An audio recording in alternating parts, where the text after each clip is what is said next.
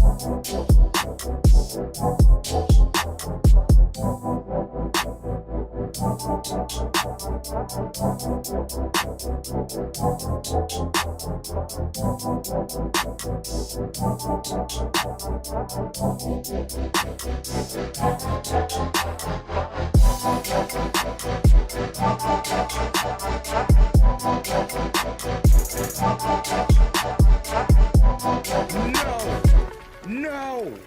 First one? First one? Oh, no! Come on! Come on! You're still alive! You're still alive! No! Oh, God! Come here. Eat. He went up in the...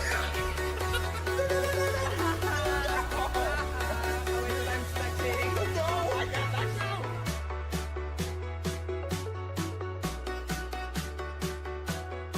Eric coming in like every night.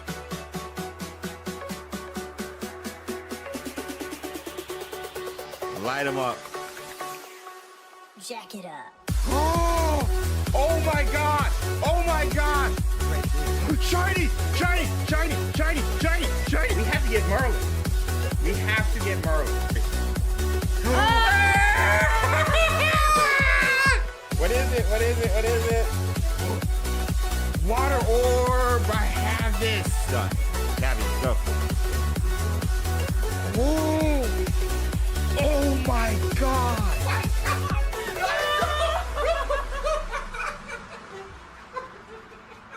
You know what the stakes are for this. What? I see for the count? Our marriage.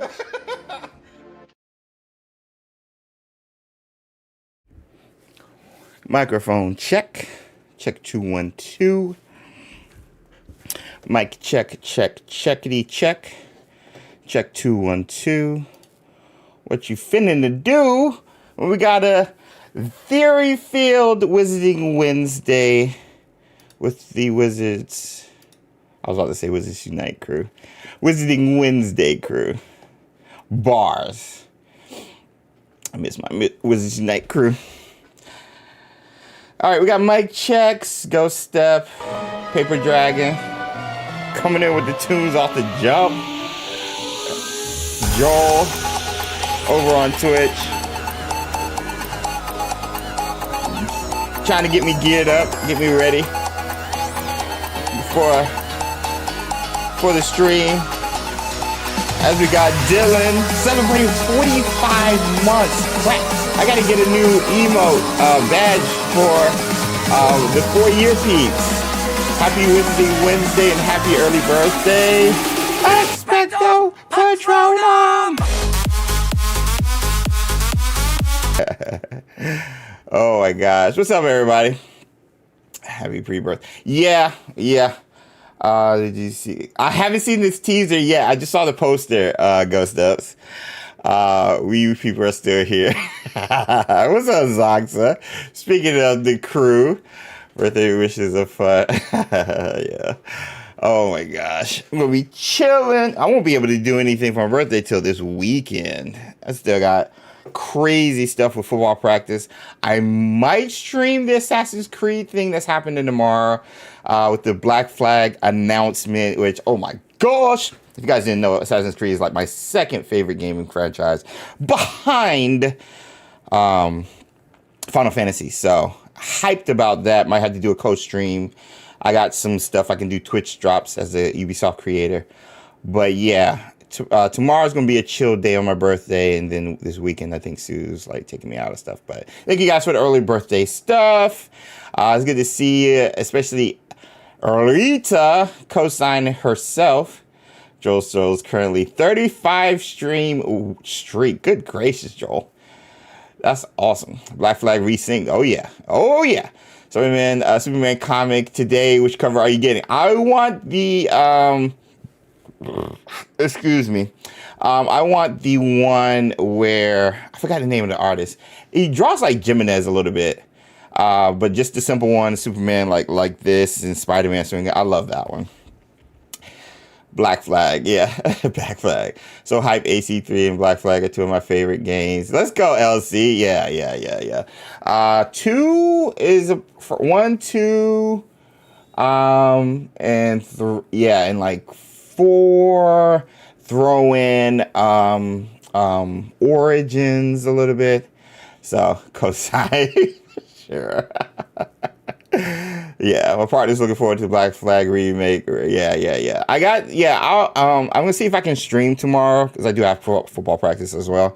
Because I think it's at noon Eastern, and I have Twitch drops. So my channel will be hosting Twitch drops for the game when that drops. I think the rumor is in July. Happy magical early birthday, James. May all of your wishes. Oh, thank you, Lauren. Thank you. Happy birthday. Thank you, Ramos. Hello, everyone. Double wand is crazy, says Zappy. I'm trying to back up on the stream on the chat from everybody. I wonder if Hogwarts Legacy will get a remake or remaster in like 15, 20 years. They could. I don't know what the leap in graphics would be, though, in 20 years. But the way technology is moving could be a huge leap. I've seen Windrose gameplay looking interesting. Yeah. If you want some sailing stuff, if you want some pirate stuff, that's the one to look at. Lurking a little today. Slytherin's brother Billy's birthday today. Hey! Happy birthday to the little bro. I love him, yeah. I think it's because of naval missions, to be honest, yeah.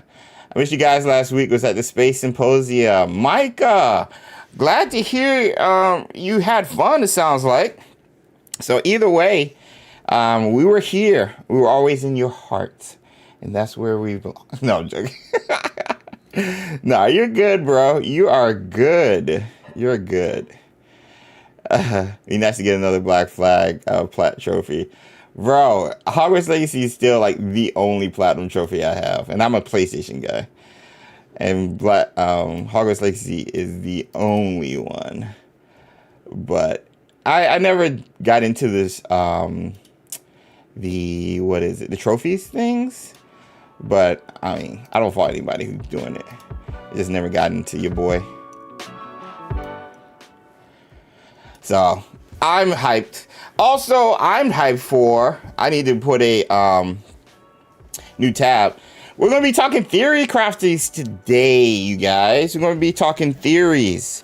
A lot of you guys were throwing out a lot of stuff last week when we were kind of putting together our perfect Hogwarts Legacy 2 reveal trailer to be exact. What we want to see for the first trailer for Hogwarts Legacy 2.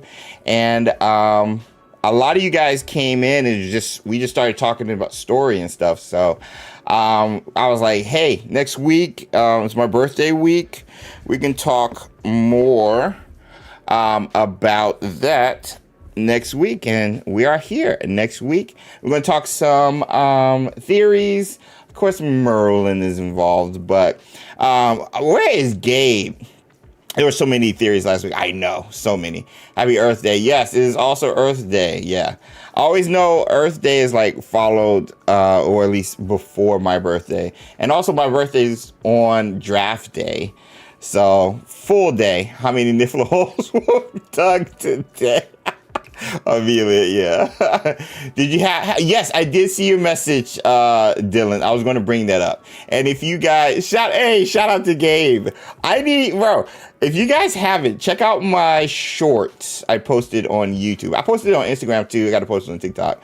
But check out the short. And then check out the comments. Me and Gabe were going back and forth. I just hit my glasses. Me and Gabe were going back and forth. Then Gabe threw in a Naruto reference because I had used a Star Wars reference. And Gabe knows I love Naruto. One of my kids is named after a character from Naruto. And then I was throwing it back and forth. And it was just, that's why I love you guys.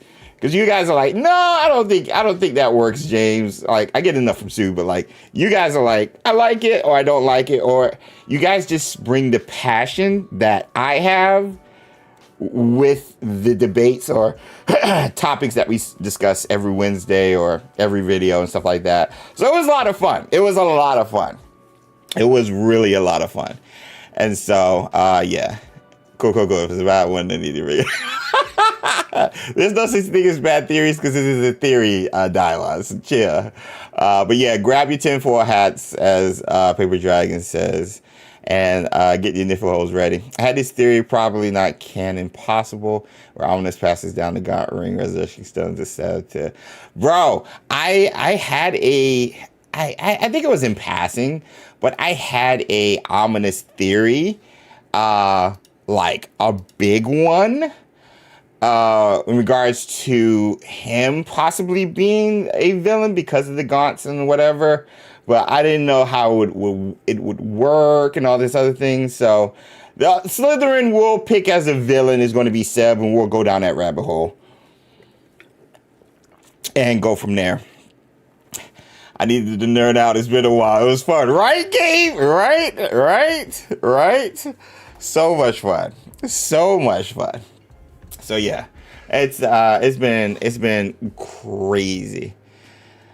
No, not sweet. Ominous can be a bad guy. It could happen. It could happen. Hey, Mr. Ranger, what's good?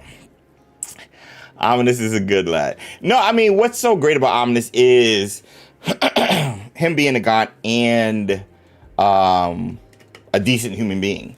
Like, wasn't the founder, what's her name? The founder of Ilvermorny. She's from the Gaunt line, too. Still been playing Leaf Green Jays. Oh, yeah. I want to bring that back and stream it like on a Friday or something.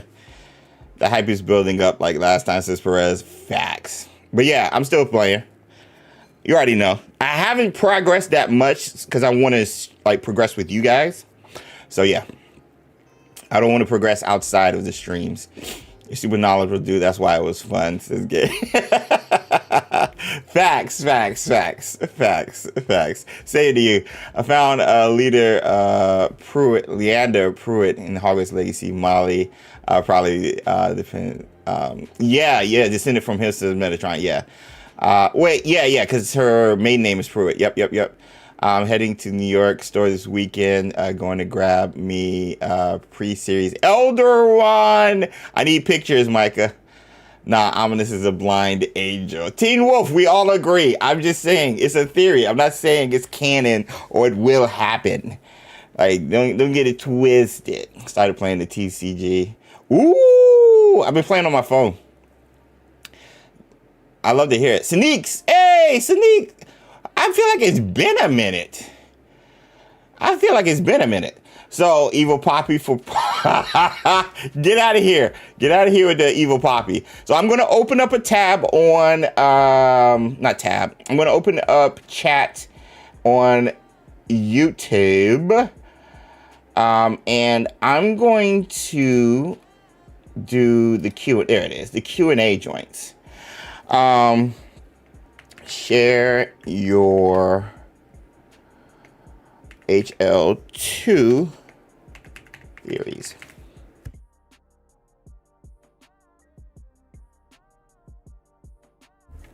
Excuse me. Allergies is killing your boy right now. All right. So post them there. If you guys have theories you want to share, bars, and we'll go for there. Played it twice so far, loving it. Yeah, I'm playing it on mobile. It's fun. Love the Hogwarts love in your channel. Ellie Legacy, thank you. Appreciate it. Just discovered your channel this week and watching your vids. Oh no.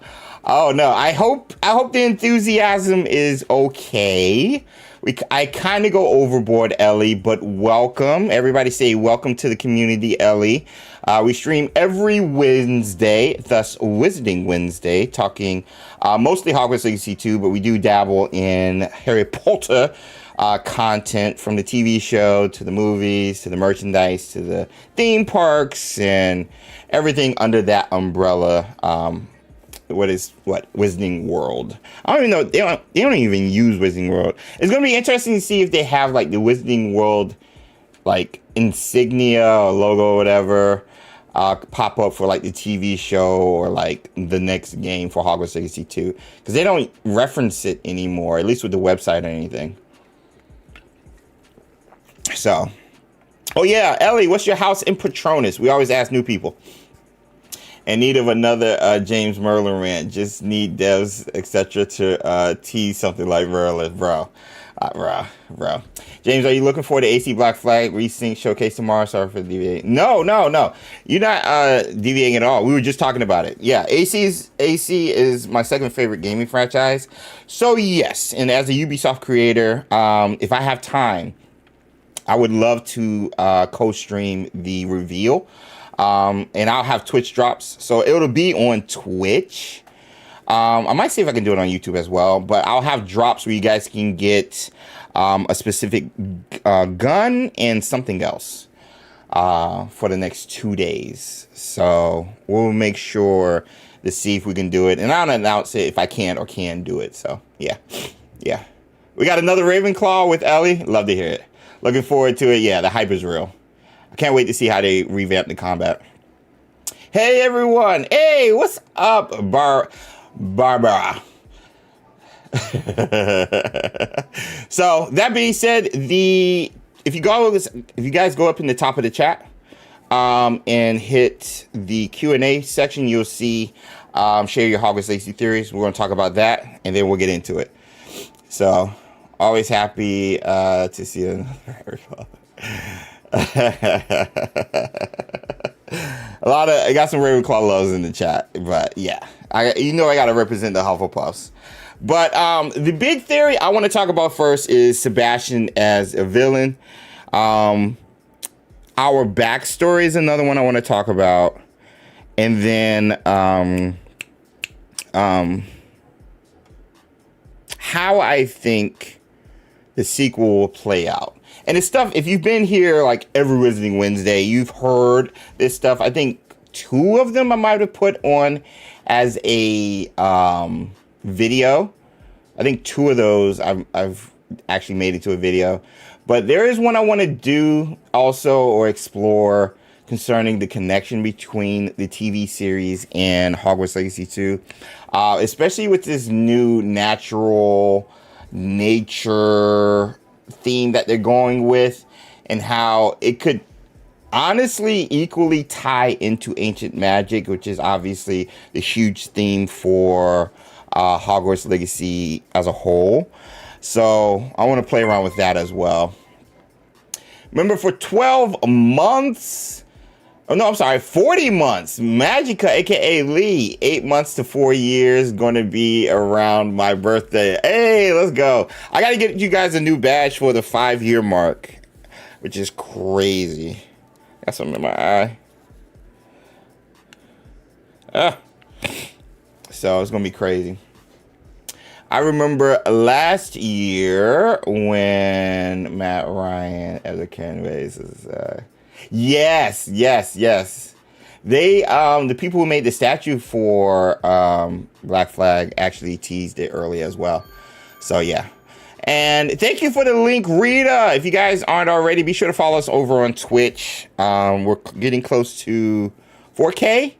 And we just need like a couple of hundred people. No, like less than 200.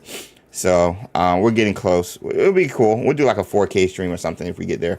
And we're getting close to 25K on YouTube in regards to subs. So thank you guys for the support. Everybody's been joining in on the hype. And it's been exciting. It's been exciting. Hey, speaking of exciting, Samantha celebrating 39 months. Patronus Squad. Let me see.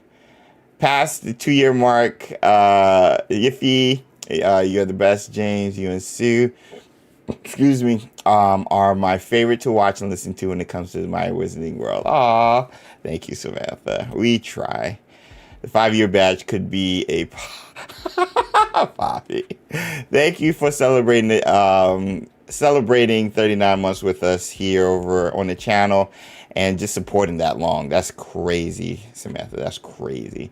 Thank you, guys. And thank you to everybody who's watching live and who's watching on Replay Squad. Be sure to drop a like on the video, as it helps reach others like yourselves, like Ellie Legacy, who found our channel, who might be interested in Hogwarts Legacy or Harry Potter overall. So be sure to drop a like. If we get, let's go, 80 likes, you get to see me do a pirouette today. So, Evil Poppy, I'm not even playing around with that. DeCourcy, coming in hot, bringing in all this stuff.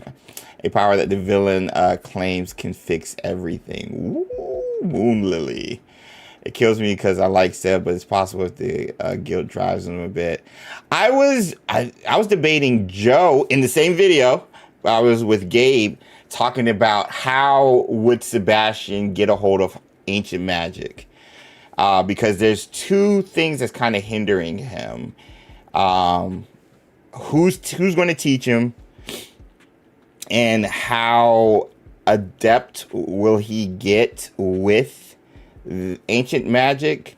Because we don't know how long it took, like the Keepers, for example, to get adept to it. And even us, we're learning fast, but we're natural because we were born with it. Maybe she's born with it. Maybe it's Maybelline. So that's going to be interesting. Now you can say Goblin Metal. This is what I said to Joe, but Seb wouldn't use Goblin Metal because of what he connects goblins with, which is what happens with his sister Anne. Even though he finds out at the end the goblins had nothing to do with it and all this other stuff, but still. It's going to be interesting if they go that route, how they would make Seb a formidable foe, since we're obviously getting better and getting more proficient with ancient magic. And the last time we battled, well, at least dueled Seb, we beat him. And the last time we saw other people battle a person who was proficient with ancient magic, I want to say was the Keepers against Isadora. And like, it took all of them to even go against Isadora. Rackham was the only one that was kind of like holding his own until Bakar came in and just AK'd her. So I would cry if Seb's a villain. I feel like he had such a sad story, and for him, I mean, evil would be interesting. That's the thing. That's why Seb is so what's the word? Compelling. Because there's a side where I would understand feeling sorry for him. He was doing it all in the name of his sister. I don't think that's an excuse for what he was doing, though, especially when his sister was not, like, down for everything that he was doing. But then there's the camp where, like, hey, like, you can't use your sister as the crutch for you to go down an even path. Like, that's taking onus off of you and more so on her. And these are decisions you made, when everybody was telling you not to. Ominous, the MC, even Anne, if she would have known beforehand. And obviously his uncle Solomon. So of two camps, you have two people or two groups within the community. Is like, I feel sorry for Seb, and the other group is like, Seb made his choice. Like, that's literally the last thing Anne said to Seb. Like, you've made your choice. This is your choice you made. She's like, it's not my choice. It's not on me. She ended it. That's the last thing she said to Seb in his face. Like, you've made your choice. So, yeah. It worked for It worked for Anne again, for sure. For sure. Is going to end up being the new professor. I mean, I hope so. I hope we get a twist with a new professor. What's going to happen to Seb's sister? Do we help her in any way? I mean, that's the question. Can we even? It's a curse, so I think we should be able to. It's not like a blood maledictus like we thought it was initially. So it could happen. It could be.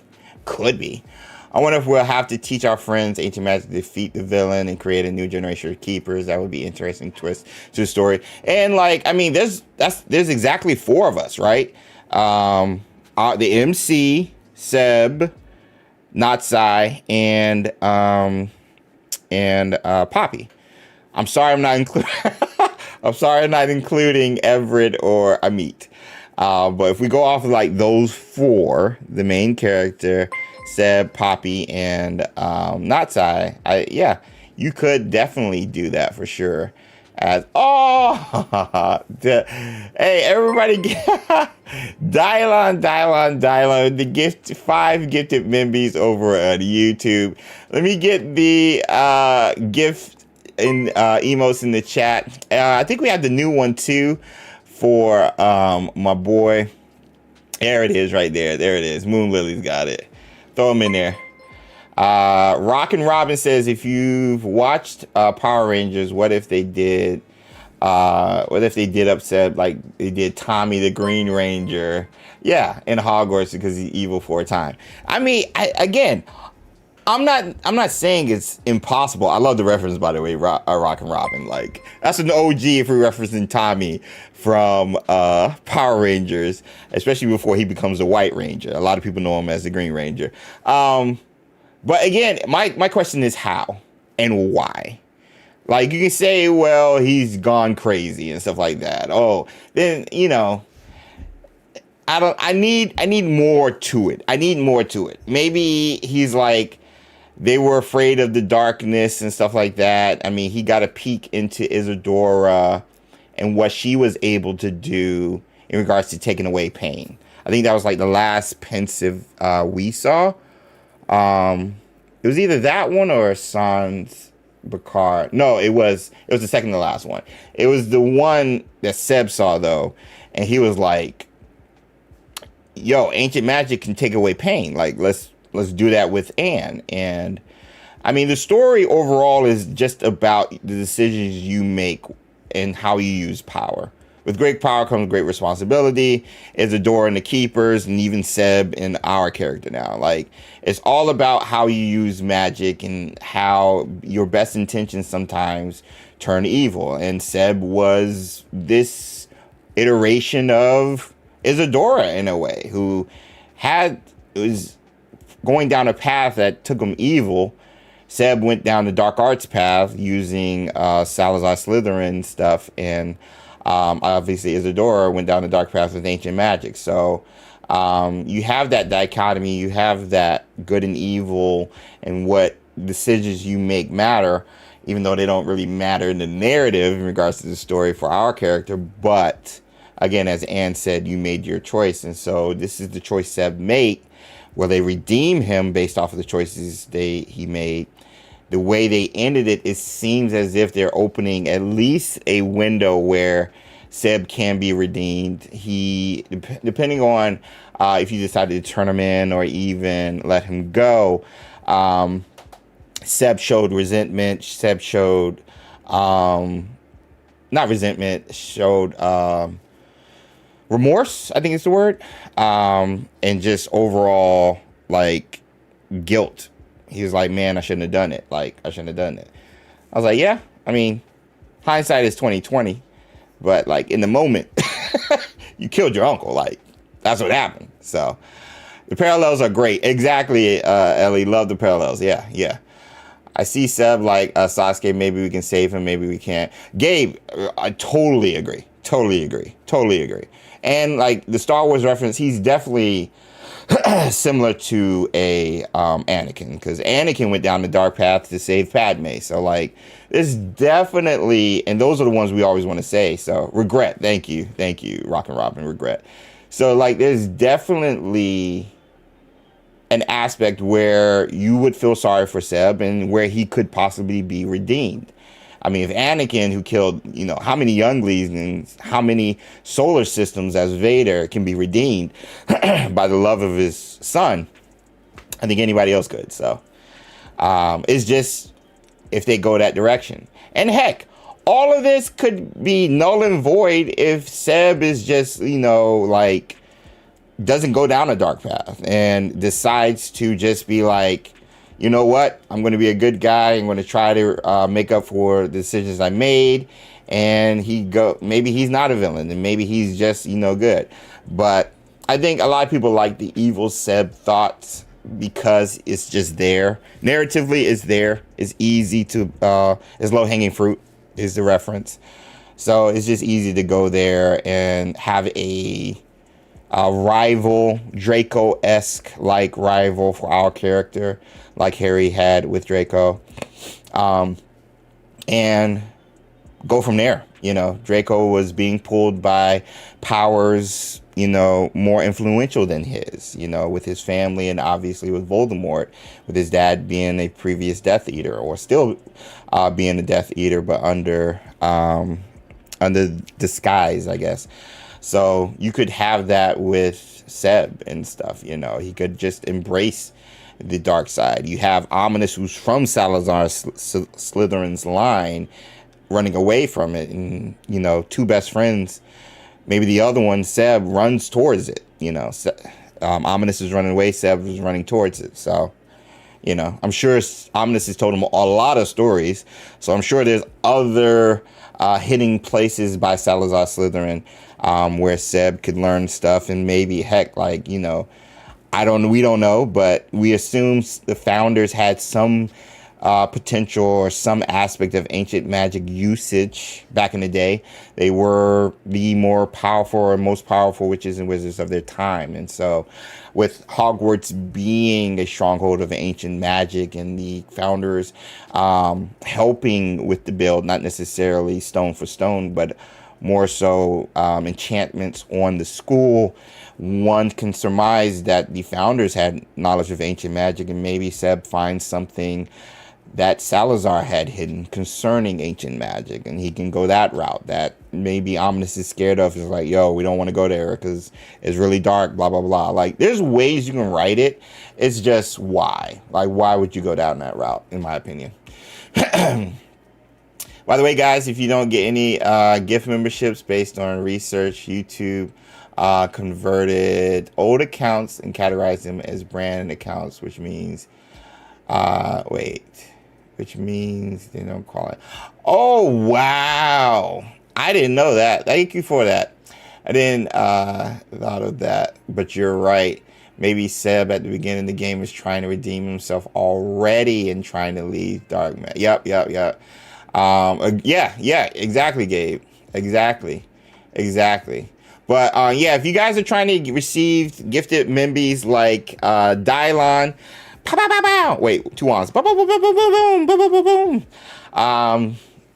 Be sure to change your settings so you can accept them and you can get a free membership where you have access to emotes, behind the scenes videos, and our secret channel in Discord. So check it out. Be sure to change the settings. If you're here every Wednesday, more than likely you'll have a chance to get a free membership, and hopefully entices you to join the Patronus Squad to support the channel and what we try to do in regards to Hogwarts Legacy and video game positive content over here at XpectoGO. So thank you guys, and thanks for that note. Was that Moon Lily? Appreciate it. He could resent us for quote unquote not helping him and be like a minor issue until he really realizes he is dumb. I mean, I think the best way Seb can become a villain has to be somebody who's around who already has tapped into ancient magic, who could teach him. I think that's like the best way. Because right now, the only ways we know people can get ancient magic is born with it. Maybe it's Maybelline, like Isadora, like Percival, like the MC. That's the one way. Another way to get ancient magic is to tap into some ancient magic deposits, for example, and use goblin metal, which is how Ranrock was doing it. Another way is to be taught, which is how we know, like Dumbledore, for example, or at least learn how to use it. But we don't know how long it took Dumbledore to use it or learn it. We don't know how long it took the other 3 keepers outside of Percival Rackham, Neve, Rookwood, and San Bakar. We don't know how long it took for that. So I think one of those 3 ways is how, if you want Seb to be a villain or at least a comparable foe to our character who's naturally gifted and can use ancient magic, one of those 3 ways I think is the way to imbue or give ancient magic to Seb in some way, shape, or form. Just follow me. Just follow me. Because I'm going to be talking about the Department of Ministries a lot. I still hang my hat on the theory that the next person, the next mentor for our character, is going to be a part of the Ministry of Magic or from the Ministry of Magic in some way, shape, or form, like Professor Fig, like George, RIP. I think also he probably will have a connection to the Department of Mysteries, because I foresee narratively the story becoming more about our ability and what the Wizarding World, how the Wizarding World reacts to a kid having the ability that we have. I reference it to a nuclear arms race. And so the Ministry wanting somebody that powerful on their side, obviously we can't trust the Ministry of Magic through just the long periods of history we've seen, maybe they bring somebody who's familiar with ancient magic from the Department of Mysteries to come and kind of walk us through. Now, that same person I think would be cool if they were a villain. Now, obviously, me talking about this now kind of gets rid of the twist, so maybe it's somebody else, but just, again, follow me. That person from the Ministry of Magic who's working for the ministry as trying to collect all the powerful individuals, or at least us, in the vein of an arms race, becomes friends with us, blah, blah, blah, mentor, all that jazz and stuff like that. I referenced the Department of Mysteries because there they learn, they study ancient magic, just like Professor Hecat as an unspeakable, but also they study time. And so if time is a factor when it comes to learning ancient magic, for example, maybe the person who's a mentor to us is secretly like a Palpatine manipulating Seb, teaches him ancient magic, but in the time room. So time doesn't really play a factor because in time room, you can speed up or slow down time. I don't know. It could be like, what's the reference in DBZ? The room where like time goes by slowly. You can play around with that. I don't know. I think that would be fun. Do you think the story concludes with Hogwarts Legacy 2 or get a trilogy? I think it has to be a trilogy, Perez, if we started as a 5th year. Because Hogwarts Legacy 1 we started as a 5th year. Hogwarts Legacy 2, 6th year. Hogwarts Legacy 3, 7th year. 7th year is also graduation year. So I think it just makes sense, in my opinion. But I don't know. Professor Hecat was an unspeakable at the ministry. Exactly. Hecat could be a mentoree for us. I said earlier, I think it was last week, when talking about Hecat, she looks older than she really is because she had messed with time. So we already have reference of a character in Hogwarts Legacy messing with time. And we know Professor, what's her name? Neve, the Keeper, looks to have something similar to a time. So I'm hoping a trilogy too, yeah. I kind of hope there's a Cursed Vault since they're in Hogwarts Mystery. Cursed Vaults would be a lot of fun. Weasley could be our new mentor as well. She could be, yeah. She knew about us, Professor Fig, all along and kind of played dumb. Yeah, Professor Weasley could definitely be a mentoree for us.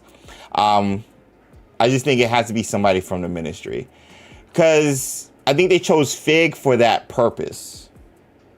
Because he's from the ministry and he understands it. And he's working both as a professor and at the ministry. So I'm just going off of that process. Because I'm like, going to our backstory now. I'm like, LC, I wish it was never late. Going to our backstory, why did the ministry send Fig? Why did the ministry send us that field guide book? All of those things are from the ministry.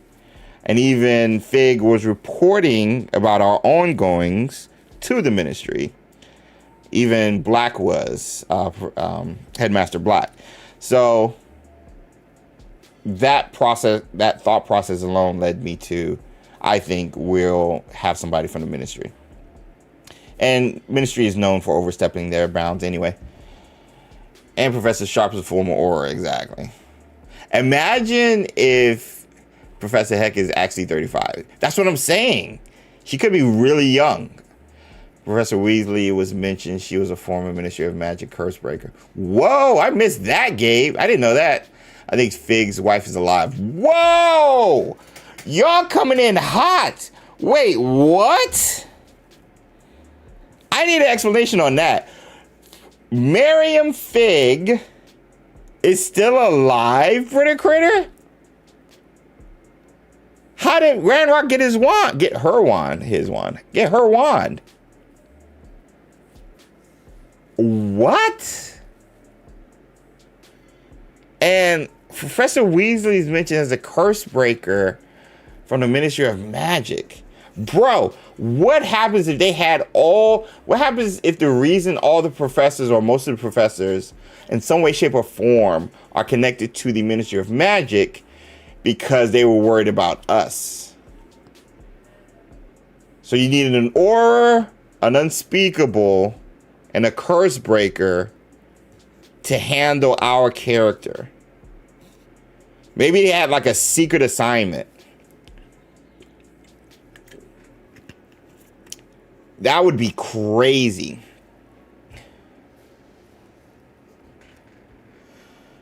Yeah, remember to hit the like button again. Agreed, Amanda. I got 2 explanations. I think it'd just be an amazing twist. That would be insane. Hi, happy Wizarding Wednesday. Hey, Zeev! Or Poppy. I mean, yeah. Sounds like a school full of snitches. I'm just saying, Rita. I'm just saying. The ministry placed them there. We already know Headmaster Black is kissing a lot of bottoms over at the ministry, which is how he got his position in the first place. And you have like 3 of the main teachers, former workers at the Ministry of Magic. 4, if you're including Fig before he passed away. Yeah, Fig, Hecate, Weasley, and Sharp. Maybe? Oh, bro! I never... What up, Claw? What up, homie? He agreed we see Evil Fabi. I did not, Galactic. I did not. I like the thought process of the ministry placing all of those professors there to keep an eye on us. Which, this is a think of you. Hey, Chica. This is what makes me whole. Hey, we got the corgi, one of the corgis in the chat alongside the Claw, aka Kawhi Leonard. I should call you Kawhi. I'm just gonna start calling you Kawhi, Claw. We can find a letter of Miriam's that helps us find her. Where's she been though? Hey, Prestos! But Lodgok saw her. Yeah, that is true. But Death is... Okay. So here's the thing, chat. Here's the thing. Also, everybody, welcome. Thank you for being here. Mother Half is near your neck of the woods. Yeah, that's right. He's out, DC. That's right. Tell him we said hi. Enjoy the area. I saw the pictures on Facebook with Corgi Dad. I saw that. Here's the thing. Death is just another plane. Death is a... I have a theory about Death, which is where I think Merlin's at. Hey, Bresto celebrated 3 months. Patrol Squad. Love from Greece. Happy Wizarding Wednesday. Thank you, Prestos. I keep forgetting to use these tabs over here. OG member in the house. Wait. What if we had time travel's way to fix things that went wrong in game 1? Please. I've only seen time travel work once, if that. We are the sus. No, I'm not saying we're sus, Claw. I'm saying, or Kawhi. I'm saying everybody is sussing us, which is why the professors are all for having ministry background. You have an Auror who's a potions professor. You have an Unspeakable who's a defense against the dark arts professor. And then you have Professor Weasley from a Curse Breaker who's like head of everything. And then Fig. What did he teach? It was like history or something. Wait. Here's the thing. Like... We better not be playing with time turners. I don't think we will. But, if I got to tackle one thing at a time. I'll do the professors secretly watching us first, and then I do the Miriam possibly alive thing. The professors secretly watching us would be amazing because now you can play with the Ministry of Magic even more in the sequel. Again, I think that's a natural progression narratively where we're going with the Ministry overstepping and kind of like, hey, what gives the right of a 16-year-old kid to decide on whether to reveal ancient magic or keep it hidden? You know, how do these kids at Hogwarts know that you can use ancient magic? How do they know about the repository? You know, we want to swear them to secrecy.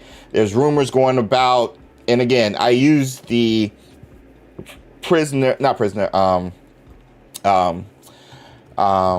of the Phoenix reference with Undesirable #1 with Harry and our character in the second one. So I think if the professors are there on purpose, I think that plays right into that and would be very interesting. Isolating our character even more, which is what I want. I want to be isolated. I want to have that isolation feeling like Harry did in Order of the Phoenix. So he can learn to trust his friends even more. It's something Fig said like a couple of times in the first game, but the person we most confided in the most was Fig, and now he's gone. And we were even hesitant about sharing all our stuff to Natsai, to Poppy, to, I don't know, Amit, and even Seb. With Seb knowing the most. So you have the person we confided in the most gone, Professor Fig, RIP. And you have the next person I think we confided in the most was Seb, who's gone bad. And so that sense of isolation, I think, would be fun to play around with emotionally.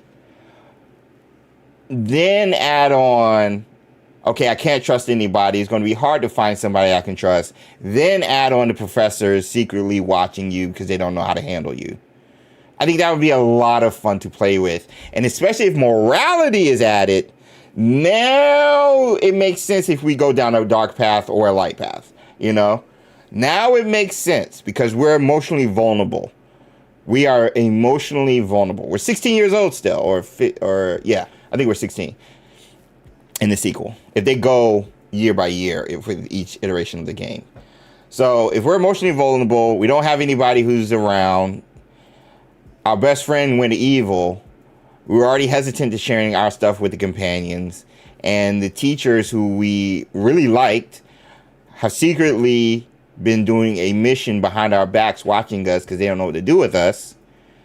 Yeah, we're emotionally vulnerable. It's easy for somebody to come up and scoop us up and manipulate us, i.e. a ministry worker who's actually a villain. So I think that would be a lot of fun to play with. We need morality added. Exactly, Ellie. Exactly, Ellie. Let me see. Speak for yourself. I'm going for Lockhart. They are right to watch me. Says Claw. Oh my gosh.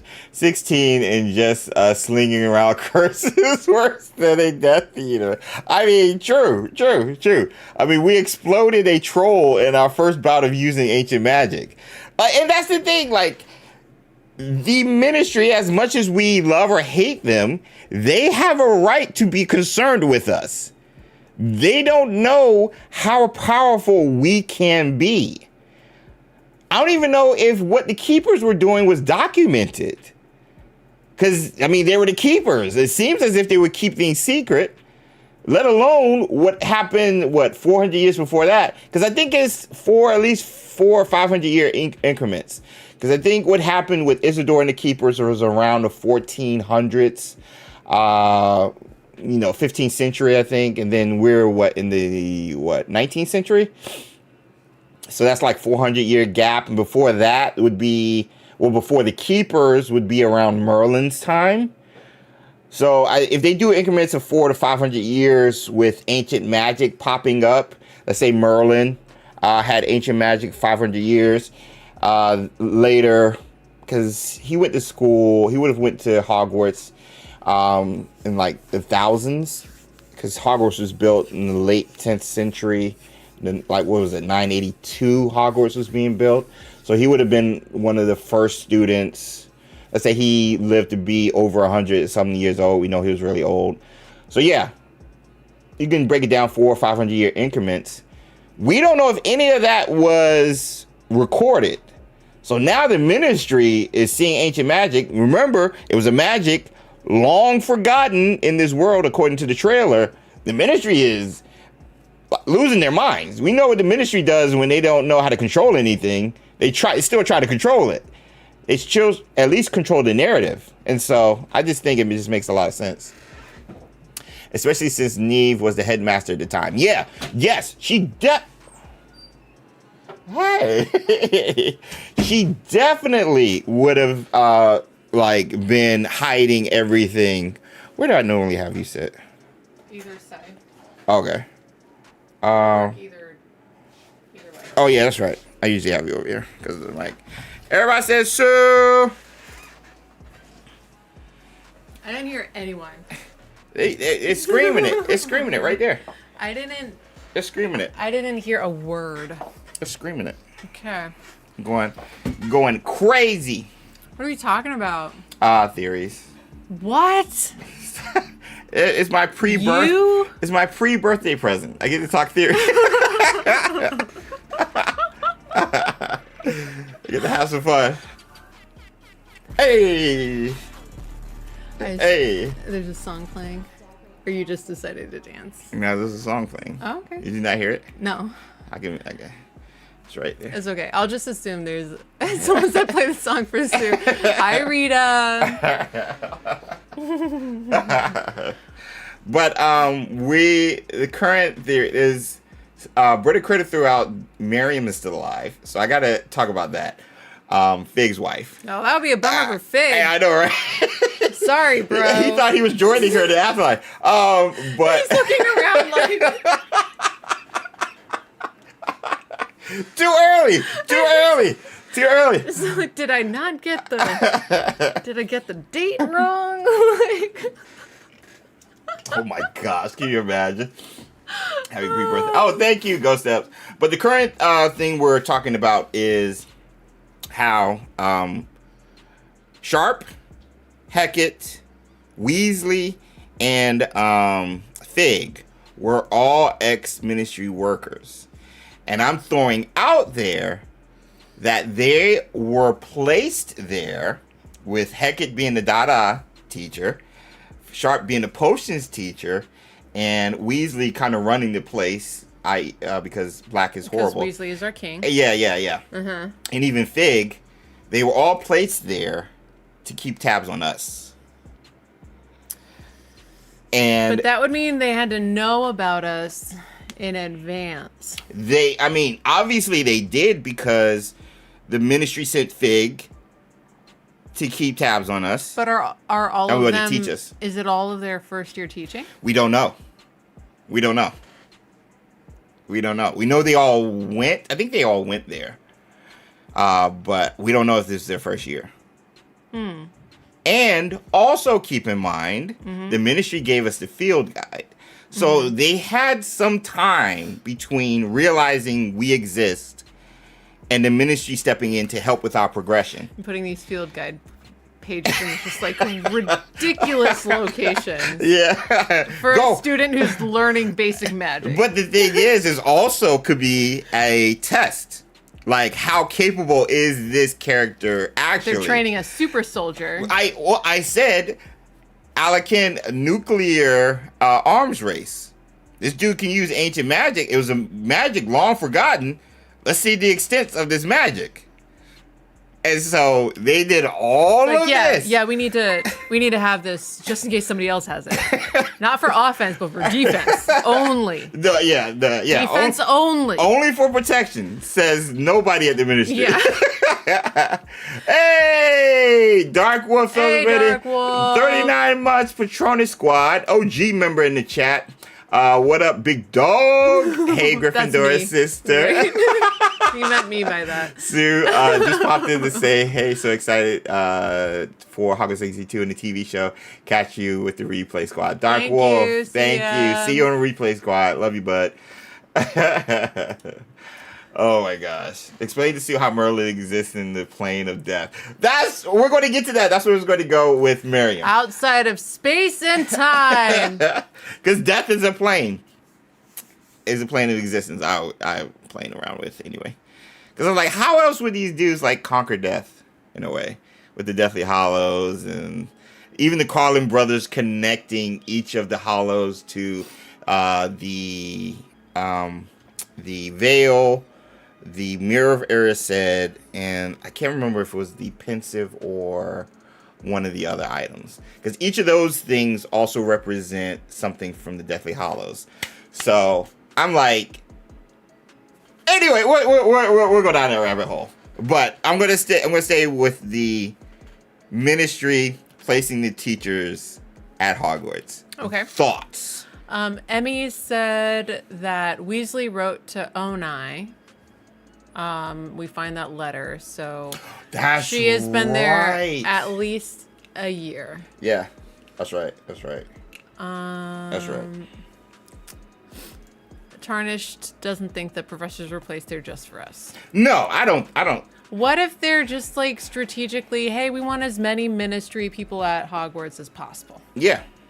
That's what we want. I mean, we saw that with Dumbledore and Fantastic Beasts in the movies, obviously, and later on in the books with Harry, with Order of the Phoenix. So, like, the Ministry has a habit of overstepping their bounds and controlling the kids, the future witches and wizards who will be aiding in the development of the new wizarding world and the stuff. So sometimes it doesn't have to be a specific plan. It's just like you're putting the pieces on the board. For sure. Just in case. Just like they're developing our skills. For sure. Just another piece on the board. Just in case. Yeah, chess piece. For defense. But only. That's not fun. That is a hard tagline. Yeah. Like the Ministry wasn't planning this. They were being practical. They were trying to be ready for something, and because of that, they're ready for this. And that's the blurb on the game. Yeah. Are the Carlin brothers canon now, bro? They do a good job of selling me on it. I tell you what. I like to think so. Didn't the guy who died at the beginning work for the Ministry? Yes, George did. They also worked for the Ministry. I'm just saying, the Ministry is everywhere in the first game. Emmy said, what if Anne Sallow is the villain? Somebody said that last week. I would just... Same with Seb, because we talked about Seb being the villain. It would just be how. And I went over 3 ways. The 3 ways we've seen so far someone can learn ancient magic. Old school, them being taught it just like Percival taught the other 3 keepers. Even Dumbledore learned it. Not the ancient magic as we see in Hogwarts Legacy, but a form of ancient magic. At least to be able to identify it and understand it. So then, the other way is Goblin Metal, which is how Ranrock got his hands on ancient magic and was able to utilize it because Goblin Metal absorbs ancient magic in some way, shape, or form, or can store it. And then the other way is being born with it. So those are the 3 ways we know right now, based off the first game, someone can acquire or utilize ancient magic in some way, shape, or form. Okay. And so for Seb or Anne, I think they either use Goblin Metal, which doesn't make sense narratively, especially how much Seb hated goblins. And Anne's whole problem was from a goblin. So. Oh, well, we found out it was from Rookwood and his crew. But yeah. I thought she got cursed by a goblin. It wasn't. What? No, it was from... was I just skipping past that dialogue? It was later on. It was like at the very end. I know how much you loved Seb, so you probably skipped that part. No, I wouldn't do that. So the only way that makes sense is them being taught it. And then by who? Maybe us? And Seb runs with it, but I was like, we're idiots if we teach Seb anything. Especially when it comes to ancient magic. Seeing his propensity with not doing the right things. So. What? Yeah. Yeah, Victor did it. Yep, Rookwood cursed her. So. Again, we find out this is later. This is much later. So that's the thing. But I've finished the game like 3 times. I know. That's how we did it. Again, how much you loved Seb might. I think by that point I was like, yeah, I get it, yeah. I'm trying to get this platinum. My bad, James had to run, Granny. No worries, Perez. You're good.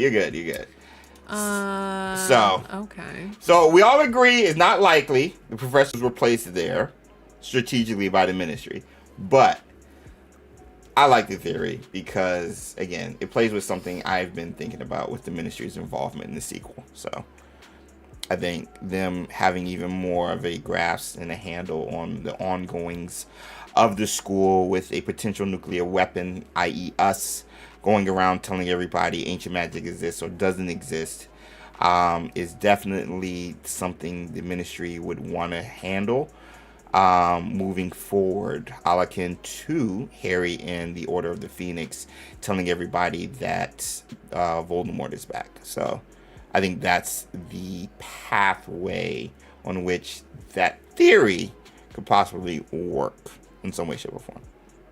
That's where I'm at. So. Okay. Seb isn't super duper evil like Voldemort, but was definitely manipulative. Yeah. Who did he manipulate? He kind of played the main character and Ominous. True. Yeah. To get what he wanted. Egging them on. Whatever happened was what Seb originally wanted to happen every time. Yeah. So he would talk Ominous into it because Ominous cared a lot about him. They're BFFs. They go way back. Yeah. And Ominous wanted to be there to supervise. You know what I mean? Sure. But regardless, Seb still got what he wanted every time. I hate to say anything bad about Ominous. You love to say something bad about Ominous. I love Ominous. You do not like Ominous. I love Ominous. He comes at you really hot in the beginning, and you always hold that against him. I didn't like him at first. Because he came at us hot. He comes in so hot, and it's like, whoa. But I don't even know your name. But I like Ominous more than Seb as the story went on, for sure. Yeah, I didn't like Ominous at first. I was like, bro, you better slow your roll. You don't know who you're talking to. You don't know who you're talking to. I'm from the hood. I don't really know who you're talking to either. I can use ancient magic. I'm from the hood. I don't even know where my peeps are. I only know the red spells, though. Have you seen my spell wheel? It's all nothing, red all day. It's nothing but green and red. Green and red. It's Christmas over here. You better stop. You better stop on these reds. Because if you don't, you about to get a green light and a go for AK. On Twitch, they said all my spells are green. Yeah. So Ominous came in hard. Yeah. Green for go. You got to go on AK. We should in the chat, I want to hear your like hard, like come at me bro, but wizarding version. Yeah. You about to catch a green. Yeah, fighting words. Exactly. Wizarding World Edition. I would love to hear it. Green means go. I got the green light to use this. But anyway. Lit up like a Christmas tree. You about to pee. Oh, it rhymed. Love it. Poor Ominous. He's so easily manipulated. Was he an ableist, though? Ominous only used red for directions. But would Ominous be labeled as an ableist? An enabler, I think is the word. Eternal Remorse said, "Don't you see my spell wheel?" And meanwhile, they only have limos and Reparo. I got shine light on what I'm fixing. You about to be greener than Kermit? You about to catch a green. Simple Guy said Sebastian is still the best character in the first game, though. Oh yeah. I said in the short I posted yesterday. Better than Poppy? I think he's definitely the most popular. I think he's the most well written. Yeah. For sure. And because of that, I think he's the best character. My favorite, obviously, of the companions is Poppy. But yeah, I mean, I give credit where credit's due. And I don't think Seb is guilt free at all. Like, he made his decisions. Again, and literally said, "You made your choice." So, yeah. But Ominous was in love. Let's give him some space. I refuse to say. Yeah. There are definitely those vibes. Yeah. I felt like it was like implied, and you could read it in a couple of different directions. Yeah. Either way, cared greatly for Seb. Yes. Did not want to see him go down a dark path. Yeah. It always felt like he had a hard time saying no to him too. Oh, wait, hang on. Moonlily said, not really. Ominous constantly opposed Seb, and it was only because we intervened that he agreed to help us with the Scriptorian. Ooh. Well, we got manipulated too, maybe. So we're the villains. We already knew that. You know how many people we kill? That's true. That's not in question. That is true. Our frontal lobes are not fully developed. We're just going around. At least we did. My teacher told me I have to try out this spell on 3 poachers. So apologies to Pulso. That is true. That's a good point. That's a very good point. That's a good point. But going to the whole, I think this is where my Merlin theory comes in with the death thing. Because I like to think of, I know it's not canonically, whatever you want to call it, like lore accurate to perceive death as a separate plane. But I like thinking about it because of like the way, at least the veil was described as, with the voices being heard, just like the Thestrals are only seen by people who've experienced death or understood it. So Luna and Harry, again, referencing Order of the Phoenix. Harry realizing he could see the Thestrals and nobody else could outside of Luna. And then Harry realizing he could hear the voices on the other side of the veil and was the only one, again, outside of Luna. And so there seems to be a connection with those who experience death and understand it in seeing things from a different plane. And so I think Thestrals could be from a different plane for whatever reason, just like the voices on the other side of the veil. Even though Harry only hears it. And so the whispers of ancient magic that they talk about in Hogwarts Legacy sounds similar to the whispers, at least stylistically with the sound design, was similar to how they used it in the movies. And so I like to think that wasn't an accident. I like to think there's some correlation between ancient magic and understanding of death in a different plane.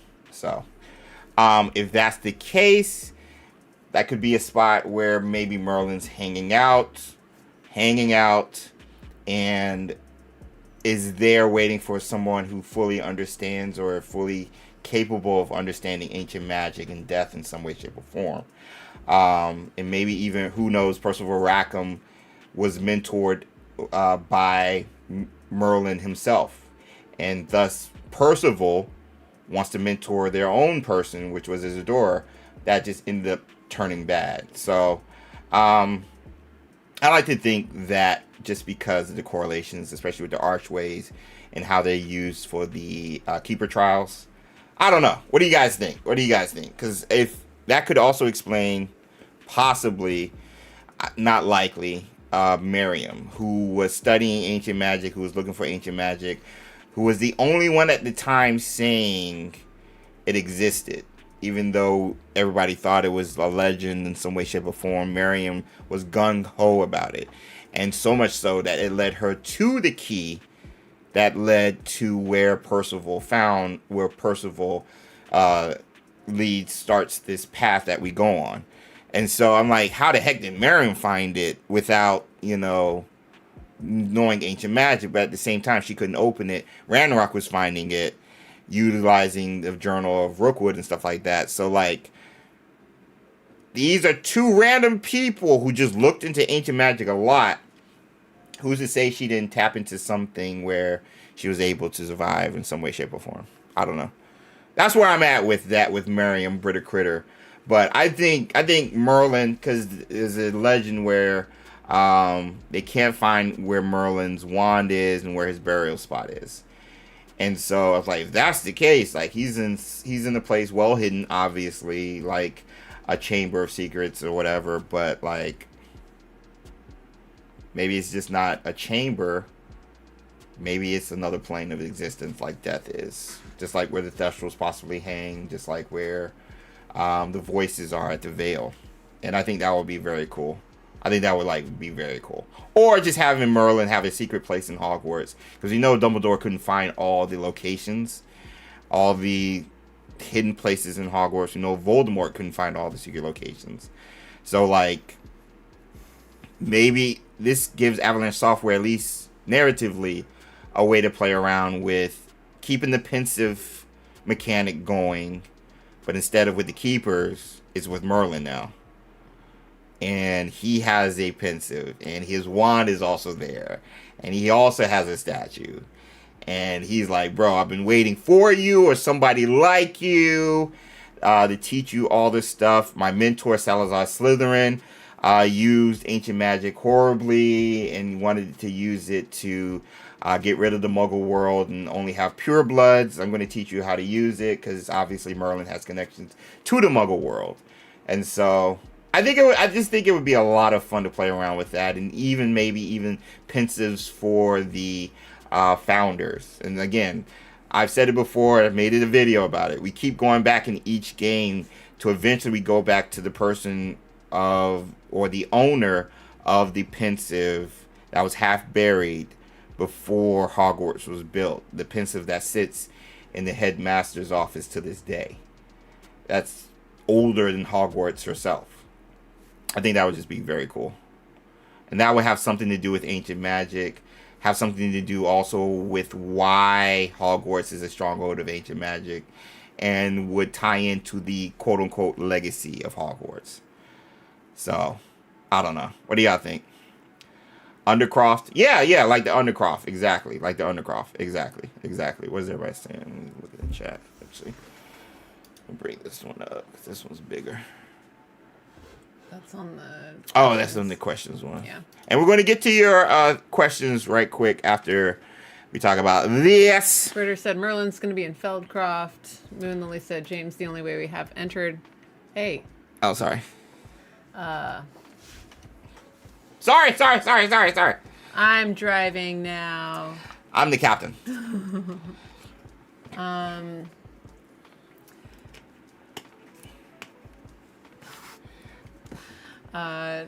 So James, the only way we have entered an alternate plane reality was with the Veil Arches. What if we have to venture into the Ministry of Magic Veil to speak with Fig and Miriam? Ooh. Oh. Eternal Remorse said Merlin could be in an unmarked grave so that no one could get his wand. Fair. But there's grave robbers that exist back then too, though. They have to be. So I feel like it wouldn't be an unmarked grave. I feel we do rob a fair number of graves ourselves.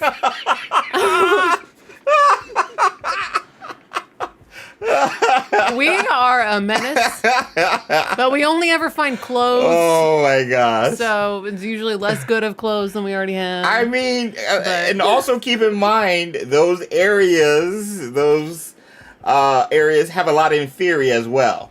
Where we were going. So one of those inferi was Merlin. Stop. No. Do not talk about my boy like that. Do not.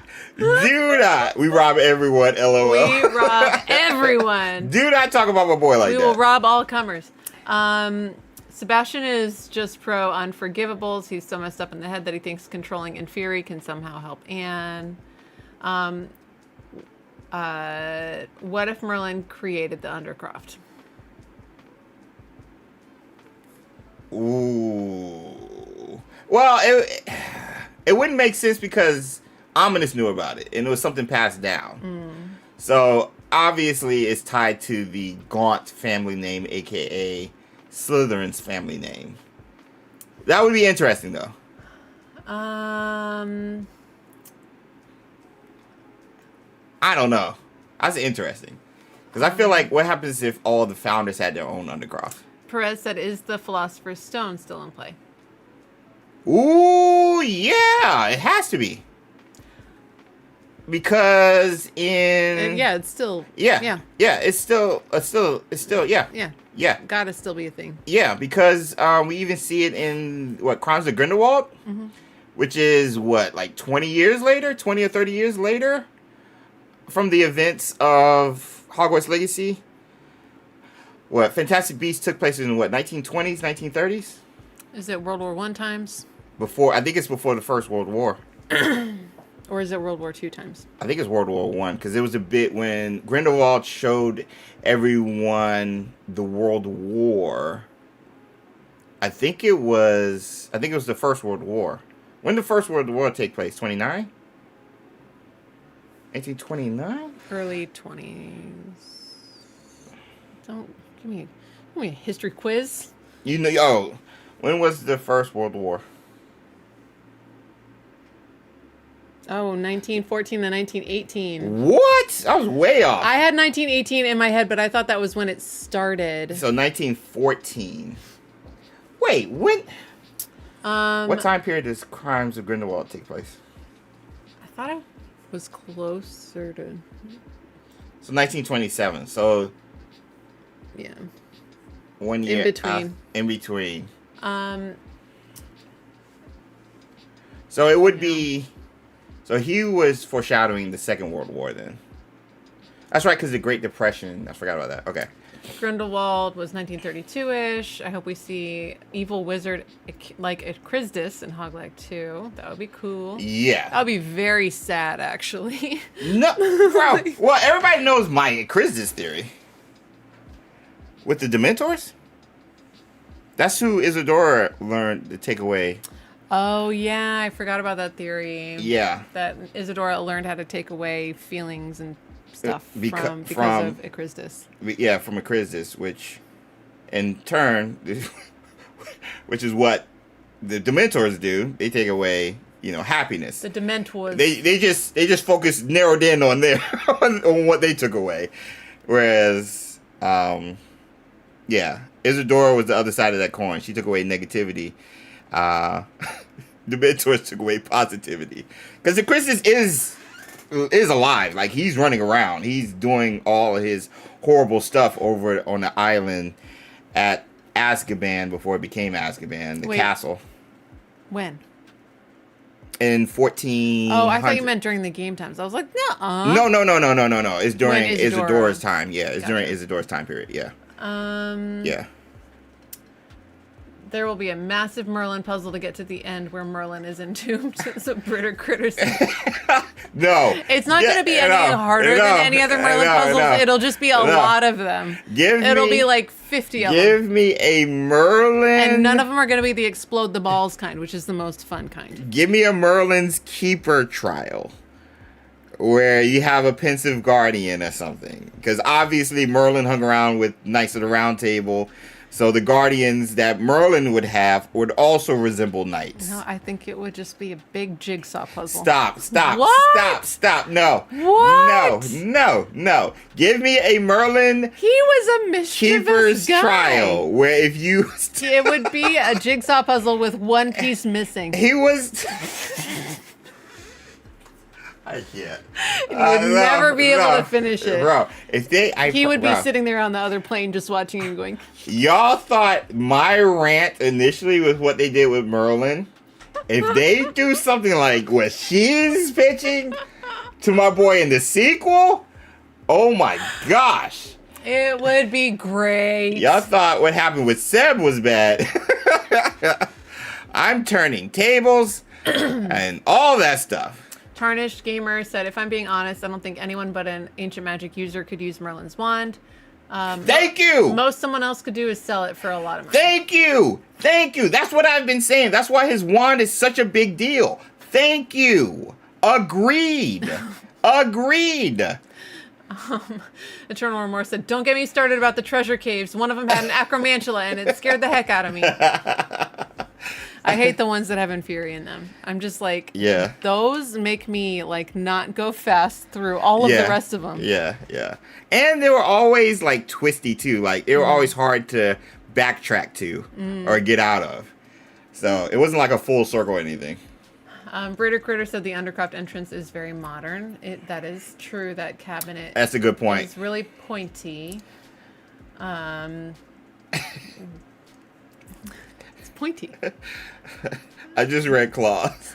I don't know what all this talk about green spells is, or in the streets. Massive, there's restricted section shit. If you guys don't know, that was our term. So behave or I'll obliviate you so hard you'll forget which end of the wand to hold. Nice. Or in the streets. I love it. I have not heard that in a minute. We were gonna make sure. We were gonna make sure it's or in the Yeah. streets. Yeah. Magic Zoo in the sheets or something like that. What was it? I can't remember. We could never figure out what the back half of it was supposed to be. This is during Wizards Unite. You have professions. We could be or magic zoologist or professor. Yeah. And obviously the auras were like your glass cannons. The magic zoos were your support tanks, and your professors are just like all around type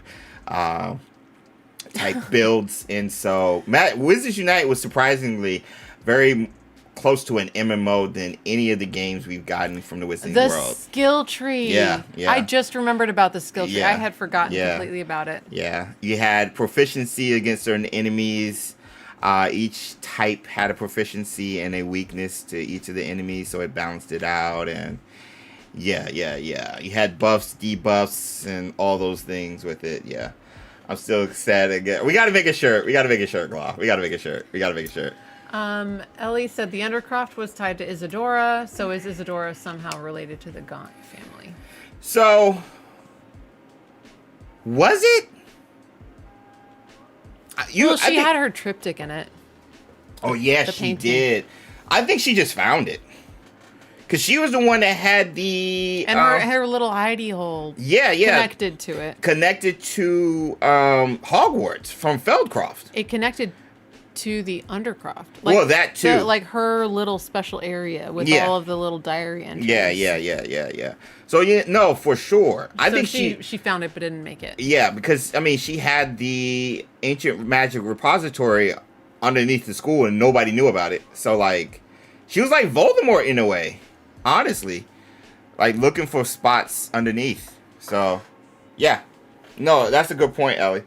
Oh, Micah said Newt Scamander fought in World War I. He was on the Eastern Front with dragons. That's right. Oh, okay. That's right. I knew Newt was a part of the first. I couldn't remember if what Grindelwald revealed in the Crimes of Grindelwald was the Second World War, the first one. Or he could have been showing the First World War. Like, this is what they do, you know? True. I can't remember.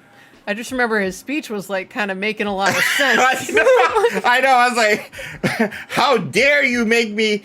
I know I shouldn't agree with you. Sort of agree with Grindelwald a little bit. But right now I can't remember why. Yeah, like I can't fault his line of Like, reasoning in some way, everything shape, you're or form. saying right now is correct. Yeah, for It sure. makes me sad to think of Newt Scamander fighting in World War I. And then I get sad because real life people like him have to do the same did thing. and do have to do the same thing. Yeah. Sad. Yeah. Anyway, I'm going to keep moving. Yeah. Secrets of Dumbledore is going into the 1930s because you can tell by the fashion the women are wearing that. There were a lot of comments all in a row, so I'm like obviously catching up from like 10 minutes ago. Yeah. What if Hogwarts Legacy 2 starts with your main character in trial in the Ministry of Magic for using underage magic outside Hogwarts? So that would be we made that theory. Yeah, we think you have to be at the Ministry for something. Yeah. Either you are testifying against somebody, or you're on trial, or they're like, we need your help with something. Yeah. But like you have proven yourself to be too powerful, so either they need to deal with you, or they need to deal with you. Exactly, you know, like, exactly. Join us. Yeah. Join us or shut up. Go away or come with us. Yeah. So yeah, that was the theory we threw out there like a year or two ago. And we thought, again, using the Order of the Phoenix again, where Harry starts in the Ministry of Magic under trial. So yeah. Even for Fig's death, they could turn it on us and say we caused it, to all that stuff. So because they blamed Harry they just blamed the Goblet of the Triwizard Trials on my boy. Britter said, I had a theory that the Merlin statues that appear when you finish a puzzle all pointed to Merlin's tomb, but that didn't work out. Yeah. That would have been cool. That would have been very cool. Also noticed, because I was going to connect the TV show with Ancient Magic, also noticed the Merlin puzzles all have vegetation, roots, stuff sprawling all across those things. And even when you complete it, you have a branch coming out of the ground, forming this nice little canopy and stuff like that with Merlin in the middle. Tree branches, roots are also a theme, or at least a design aesthetic for the Harry Potter TV show.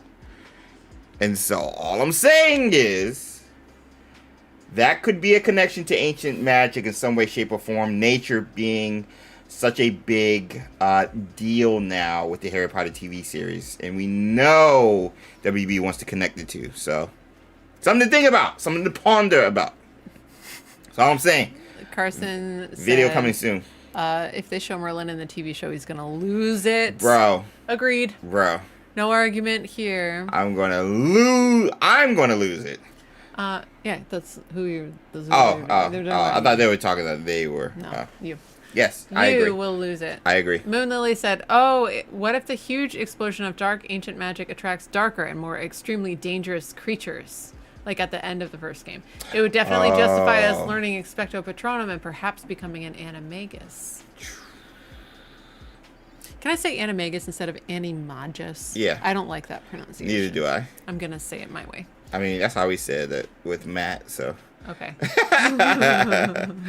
That would be awesome. I think that feels like a totally viable plot, I think that would work. What if Merlin's wand was the same wand that Dumbledore had? They did say that the wand would disappear with gaps of history. Which one? Not the Elder? The Elder one. Are you talking about the Elder or his first one? That's the only one that has gaps in history. Oh, yeah, that's true. I mean, maybe Dumbledore's does, but they never talk about that. Ooh, I thought no. The Elder. The Peverils, are they before or after Merlin? I thought they were after. When were? Let me use my phone. So I'm gonna change tabs. Go ahead and keep reading. Okay. Here's hoping we can take an alchemy class. I know, right? Yes. Someone said big pensive guardians for Merlin's pensive rooms that resemble King Arthur's armor. Yes, I know. Thank you.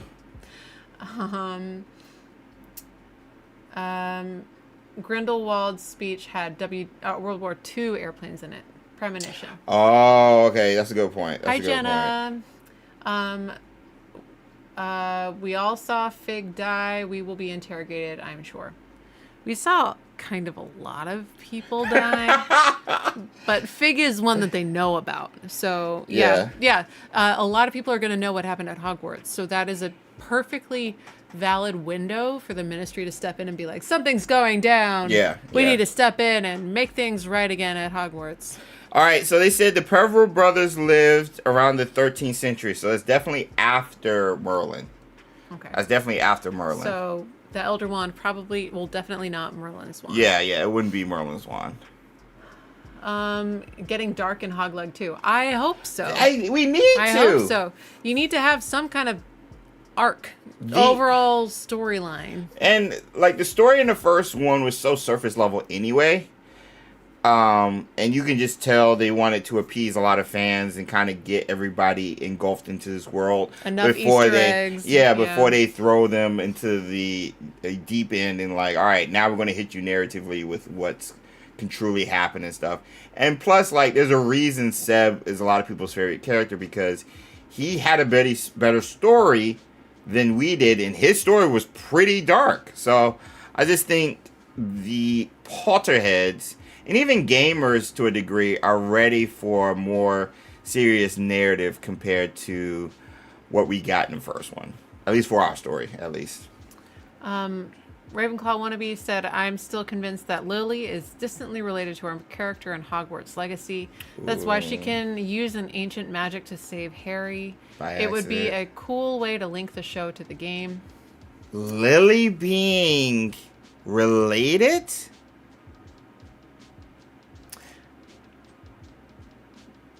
That would be fine, but I don't think she actively used ancient magic. I think ancient magic was kind of passively invoked. It was. I mean, by yes, her sacrifice. It was. So I don't think that she had ancient magic ability. No one ever talked about her as an ancient magic user. She was just bright. Yeah. Like she was just good at magic, but never like legendary at magic. She was like Ginny at magic. But by the time she does what she does, ancient magic is even more so a legend or like a myth than it was when it came back in our time.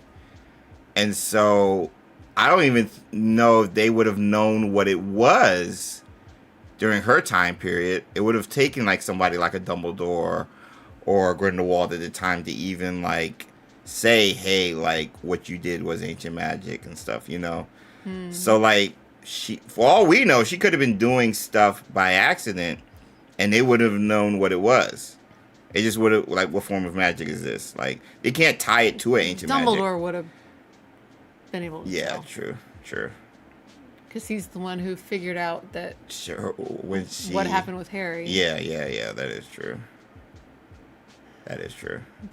Carson said she tapped into a primal kind of magic that didn't require explicit spell work, but Britter Critter said she will always believe that Lily knew ancient magic. Maybe is this a theory that is out there? I don't know.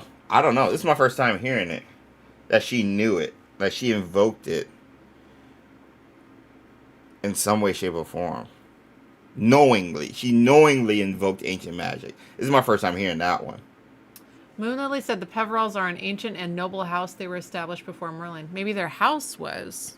But the brothers, Antioch and all ones, of them, they were around the 1200s. Yeah. They were around the 1200s. Because you got to remember. Turn to page 394. Because, you got to remember, Merlin's like one of the first students at Hogwarts. The Peverills were not. Wait, Tarnished Gamer's saying Peverills are way before Merlin. We're not talking about house. We're not talking about house. We're talking about the brothers. It said, well, Google said 1200. Maybe the Google's wrong. Let me charge my phone. AI is wrong. A lot, yeah. Here, wait, don't leave. Don't leave me alone. That's right. I'm going to the TV.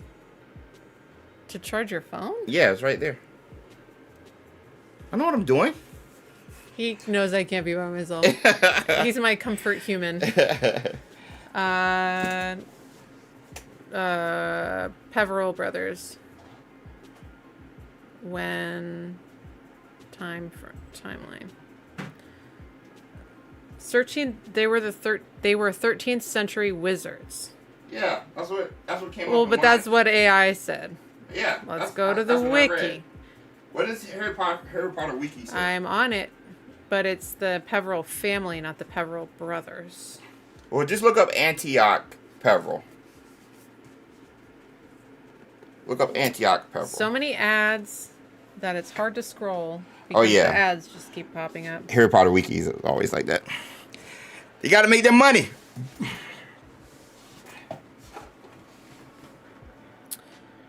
Everything except for the year is coming up.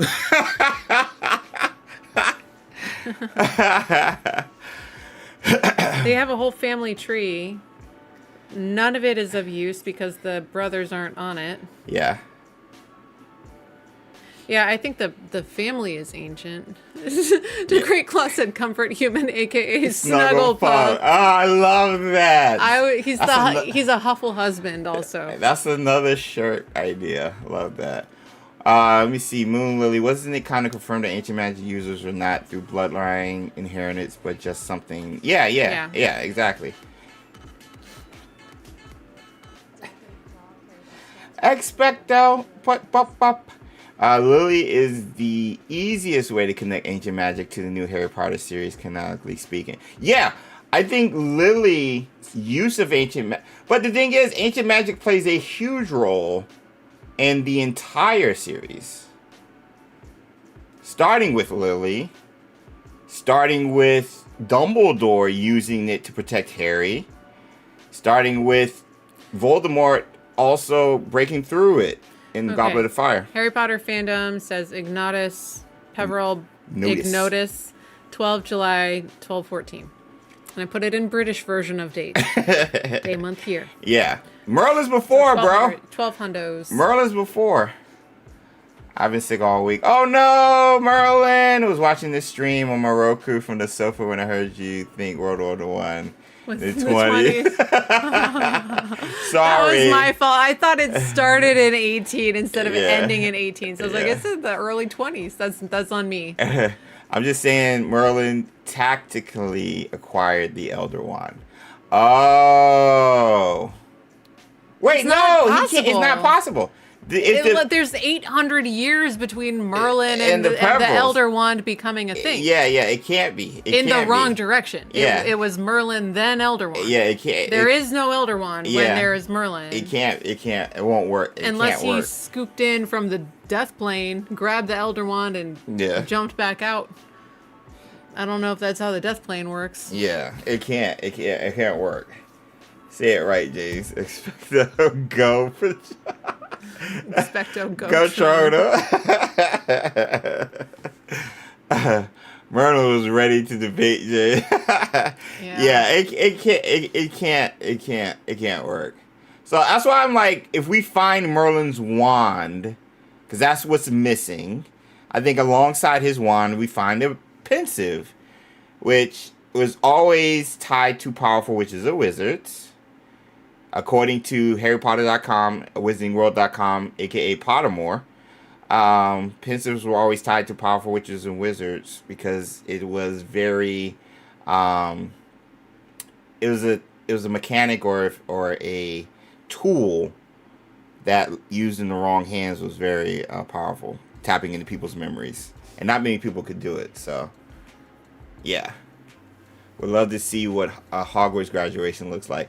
Man, that would be amazing in the third game. There would be some shenanigans. That would be amazing in the third game. That would be amazing in the third game. All right, let's go to these questions, these other theories from everybody. All right, what's the first one? Amit and maybe 2 other Ravenclaws will be given more companion quests, same for every house. And this is from Teen Wolf. Yep. Amit and... I mean, I think they're definitely going to overcompensate on the just horrible treatment they gave the Ravenclaw companions in some way, shape, or form. The thing is, people are more connected to Seb, Poppy, and Natsai than Amit. So you would have to find a way to have the same impact you had with those 3 with Amit in the second game, without taking away from the other 3. Amit was kind of silly. Yeah, with the gobbledygook and stuff. Yeah. Yeah, like he was kind of like a slapstick type of character. So maybe if they're gonna do more of a Ravenclaw companion, they'll come a new person. Yeah. Like he didn't feel like a full character. He didn't. He felt like Zenobia. Yes. You know, or what was her name? Yeah, Zenobia or Zenobia? Zenobia. Yeah. Like just like a little snapshot of a person. No, like honestly, Amit and even Everett felt like 2 of the same persons. Which one was Everett? I think Everett was the one who showed us the looking glass one. Was that Everett?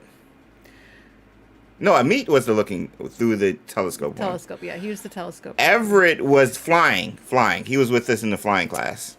And then we never saw him again. Yeah, he was like in our classes, but we never really interacted with him. Not that much, yeah. I think Amit is similar to the guy who has us go get the venomous tentacula. Right. Like that level of... Right.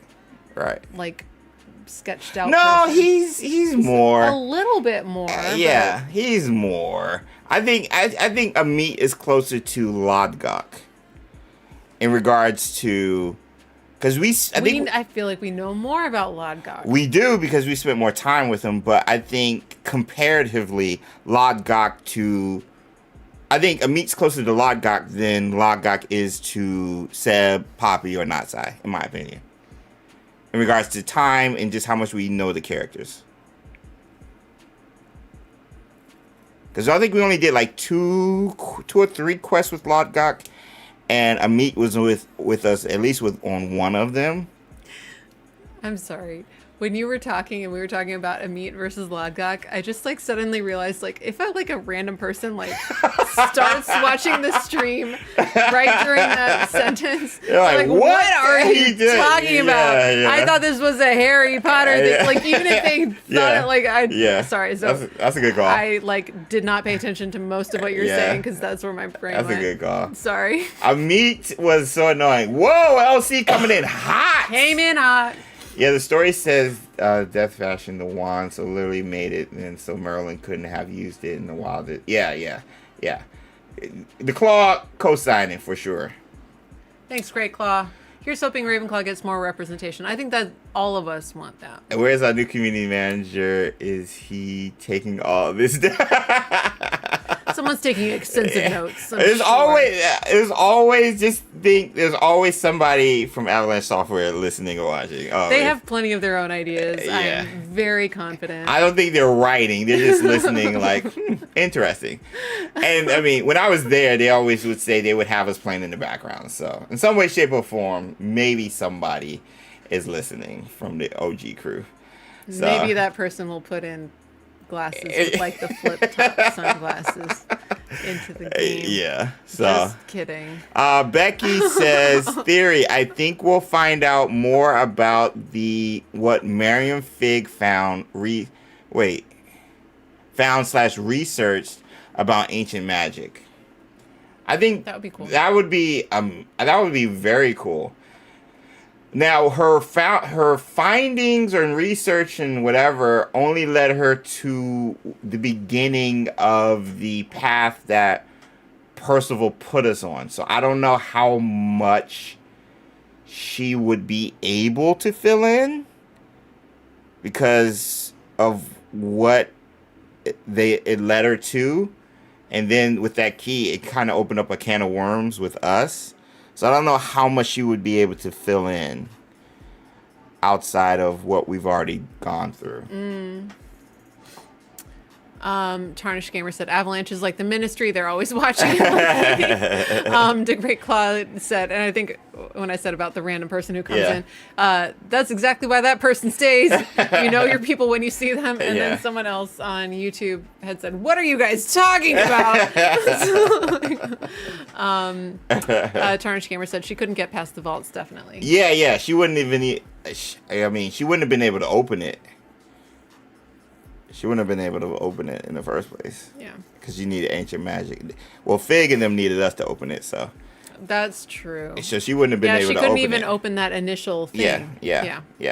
So I don't know how much she would add to it. It would have just been random lore. Yeah. That she would have been able to unearth. And that's what I'm saying. Like, the only ones who could help us grow in ancient magic would be, outside of a ministry worker who's studying ancient magic at the Department of Mysteries, would be the founders, Merlin, or the keepers.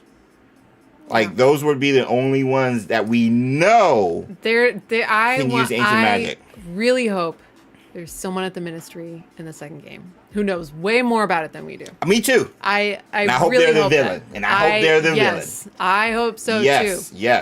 Yes. I want to like accidentally die sometimes in the game and have to try again. We have not too many times. Like the overall Big Bad has to have knowledge or the ability to use ancient magic in some way, shape, or form. Has to. Why else would we be getting stronger? Maria stumbled into the repository, so she did? Did she stumble into it? Where? What? Moonlady says Miriam stumbled into the repository. It's a door's work. I don't think she ever come close to discovering the keepers. She did, because that's where Lodgok found her. Oh, yeah. And then they became best friends. BFFs. Like a bunny and a rabbit. Just unexpected. And they become best friends. And everyone wants to watch videos about it. Oh, a bunny and a duck. Yeah, I was about to say. I was like, isn't that the same thing? I was like, why are you looking at me? I was like, isn't that the same thing? I was thinking like a little baby bunny and a duck, but then I said bunny and a rabbit. I quit. This is my last stream. I really wanted the old character being the new Dark Lord in waiting, and Seb and the other companions being choices. There's too many things. Oh yeah, it's too hard to. Let me close the poll. This thing is just I can make it smaller actually. Oh. Let me do that. I'm gonna do some stream management things. What is it? Control and minus. Minus. There we go. There we go. It's much better. Okay. So really wanted your old character being the new Dark Lord, says Tony, and Seb and the other companions being choices as playables to fight. Oh, the previous that would be fun. That would be very different than what they set up though. Ash says, wonder if Professor Weasley would be the new mentor. She does have some pull to keep our secret. Yeah. She's a very likely candidate. Someone earlier in the stream said they look like they set her up to be our next mentor. Yeah. I think Marion was at Rookwood Castle where she had the vault key case. That's what I was saying. I didn't feel like she was at the repository because the keepers kept that thing locked up, even though Ranrock got there the other way. 100% chance of seeing Merlin in the next game, says Tarnish. You can't tell. 90 plus trials meant nothing, Avalanche. I mean, he's not wrong. I just want to see Professor Garlic again. Good night, Samantha. Get some sleep. See you, Samantha. Thanks for the 39 months. Patronus Squad. Have a good one. All right, let's go down. We did Becky's last. So Nalene said, most recent thought I had, if we get Dumbledore and Hogleg 2, then maybe we'll see Slughorn 2. I think they went to Hogwarts together. Did they? Did they? Someone earlier in the stream had said Dumbledore got sorted in like 1892. So that would be our 7th year. Right, correct. The beginning of our you would be in game 3 if they go year by year. Yeah, if they agree. But those are all big ifs. Yeah. But yeah, it was 92. I just want to see Garlic against his LC. I love Professor Garlic. The raised eyebrows. Yeah, were they at the same time? My phone is charging. I can't even look. I'll look it up. B Anthony. Hey. Yes, Albus Dumbledore and Horace Slughorn were at Hogwarts together, but likely not as students at the same time. Oh, okay. But that's the AI overview. The next sentence is Slughorn was born between 1882 and 1913, likely a year or so junior to Dumbledore. So then that's not the range of dates that he was born in. If he was born in 1882?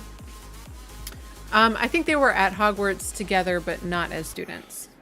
Because Dumbledore was a teacher when Tom Riddle was in Hogwarts, and Slughorn was also a teacher when Tom Riddle was at Hogwarts. So they definitely would have been around the same age. So they would have been around the same age, and they would have been teaching at the same time. So maybe they overlapped.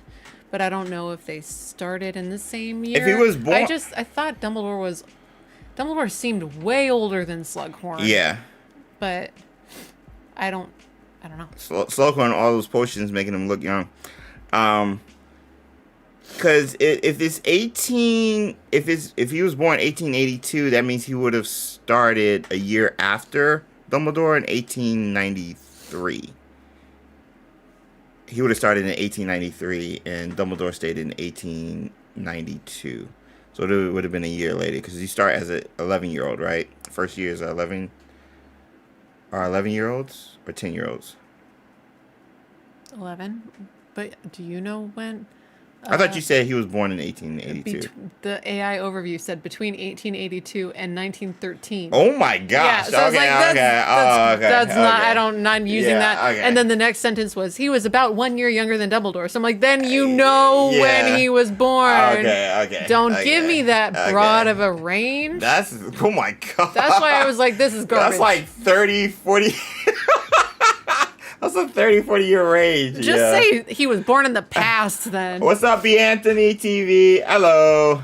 Hey. Happy Wizarding Wednesday. What if they turn us into the first villain Dumbledore has to defeat, bro? We would crush baby Dumbledore. Yeah. We would crush him. Yeah. He wouldn't know what's coming. But also... because of our maybe tragic past. It's our story still. So, like, Dumbledore, I feel like we would have more of an impact if we taught Dumbledore. Tony said, but Slughorn was a retired teacher. He did retire, but at the time that Tom Riddle was in Hogwarts, he was actively teaching. Yeah. And he was actively collecting people for the Slug Club. That was like the original Slug Club. So I think he was like, probably had been teaching for a little while, but had not yet retired at that point. Then he did retire, and then he came back. But remember, Dumbledore in Harry Potter times is like 100 years old. Yeah. So there's plenty of time in there for retirement, and then getting bored with retirement and coming back. And I think Voldemort died when he was like 70 something. Yeah, Voldemort's pretty old. Yeah. His skincare routine must be pretty good. Snake skin. Snake skin. Snake juice. Exactly. All right, next one. Micah. Our use of ancient magic starts destabilizing hidden ancient magic reservoirs. I think you're onto something with that, Micah. Because how did it come back? Everybody kept saying it's come back. It's come back. It's come back. I don't think they were referencing a person. I think they were referencing ancient magic being seen around the Scottish Highlands and maybe even London in some way, shape, or form. This rare magic, this forgotten magic has returned in some way, shape, or form. And I don't think it's just referencing us. Thus, the ancient magic hotspots as a mechanic in the game with the Whispers of Ancient Magic. I think our presence in whatever Ranrock was doing affected, again, going back to nature, everything. Because you had those Dugbogs who were also under evil control, even though they didn't have any goblin metal on them like the dragons. But they had red eyes, they were manipulated, they were like, there was some darkness being manipulated with ancient magic. And so I just think with the Dugbogs? The Dugbogs, yeah, they had like red eyes and something like that from the trailer. And they didn't have like goblin metal on them. We just looked at it last week. What trailer? The State of Play. What? The original. Yeah. I just thought Dugbogs were mean. Was that supposed to be an ancient magic thing the whole time? I don't know. I thought they were just scary and mean. I don't know. Hold on. Let me see. I hope that there are not a bunch more repositories. I don't want a second game to be all about a bunch of repositories. Yeah, neither do I. Ancient magic obviously has to play, but it would be interesting if it was more like a ley lines type of magic. Yes, agree. Like something is disrupting the natural flow of ancient magic. So it's no longer like, hey, somebody hoarded a bunch of it and it's like gone sour and someone's going to use it as a weapon. But more like, hey, normal isn't normal anymore and we need someone to help us. Exactly. Like that would be interesting, but also someone super powerful and evil would have to be involved so that we have a person to fight and not just like, hey, move that rock back where it's supposed to be. Right. You know? I totally agree. See here. How do they look in the game? Now I'm questioning everything. I know. Don't they always look like that? This is not natural, is what I'm saying. But did they look like that in the game? Yeah. Like, all the time? Didn't the Dugbogs look like this in the game? I mean, like the State of Play, like this was way before the game came out, right? Yeah, this was like almost a year before. I thought there was a bunch that was like a little bit different. They said that animals were being more aggressive than normal. Okay. Yeah. That's what I'm saying, bro. Okay. Moonlily said Slughorn attended in the late 1890s and Dumbledore started school in early 1890s, so they probably overlapped, but when Dumbledore was almost done. Yeah. Also, B Nation recovering from acute appendicitis. Oh, I hope you feel better. hope you feel That's better. scary. That's Yeah. a very like sudden thing to have to go through with no warning. So. Thanks for being here. We hope sending Lumos your way. Hope you feel better. Yeah. Emmy said she's looking at one now. Tony said, no, these were corrupted ones. Okay. And then Tarnished Gamer said, yeah, some of them do. This is the result of the goblins digging up the repository. That's what I'm saying. I think Ancient Magic... This was a dungeon we entered with Poppy. Because Poppy even... Remember the Dugbog that ate the deer or some way, shape, or form? She was talking about the animals being more aggressive and everything. I think... That could just be, poachers being around and stuff and the animals being more aggressive because they're sensing, humankind or wizard kind hunting them. That could also be it. But also, like, the red matches the red that we saw in the goblin metal or on the dragon and some of the other animals as well. And even on the goblins themselves. So I assumed, and if I'm wrong, I assumed... the corruption in the animals has something to do with ancient magic and the negative effects Ranrock had on ancient magic. Thus, again, the same color being red at the end of the game as well when he turned into the dragon and all those things. So, feeling loads better. Okay, awesome. Good to hear. Okay, so some people are seeing them with red eyes at the Snidget Egg Quest, and then also at Falberton Castle. Melissa, though, said it seemed like it was meant to be a storyline that probably got cut. So, like, it was maybe mentioned, but not, like, pursued a lot. Yeah, elaborated upon. Because I have played the game a bunch, probably more times than you, and that was not ever anything that made an impression on me. Yeah. I spent more time in the game. You've played it. You spent a lot more time on photo mode. And just rehashing story beats again. Yeah. Replaying the You Death focus and Hollow. a lot more on the story because you have to also make content about the story. Well, whereas I'm like, explode! Well, that's the part I cared about the most as well when it came to the game. Or at least wanted to see explored more. And so, hopefully trying to find Easter eggs and stuff when it came to it. So... I mean, I enjoyed the gameplay mechanics, like combat.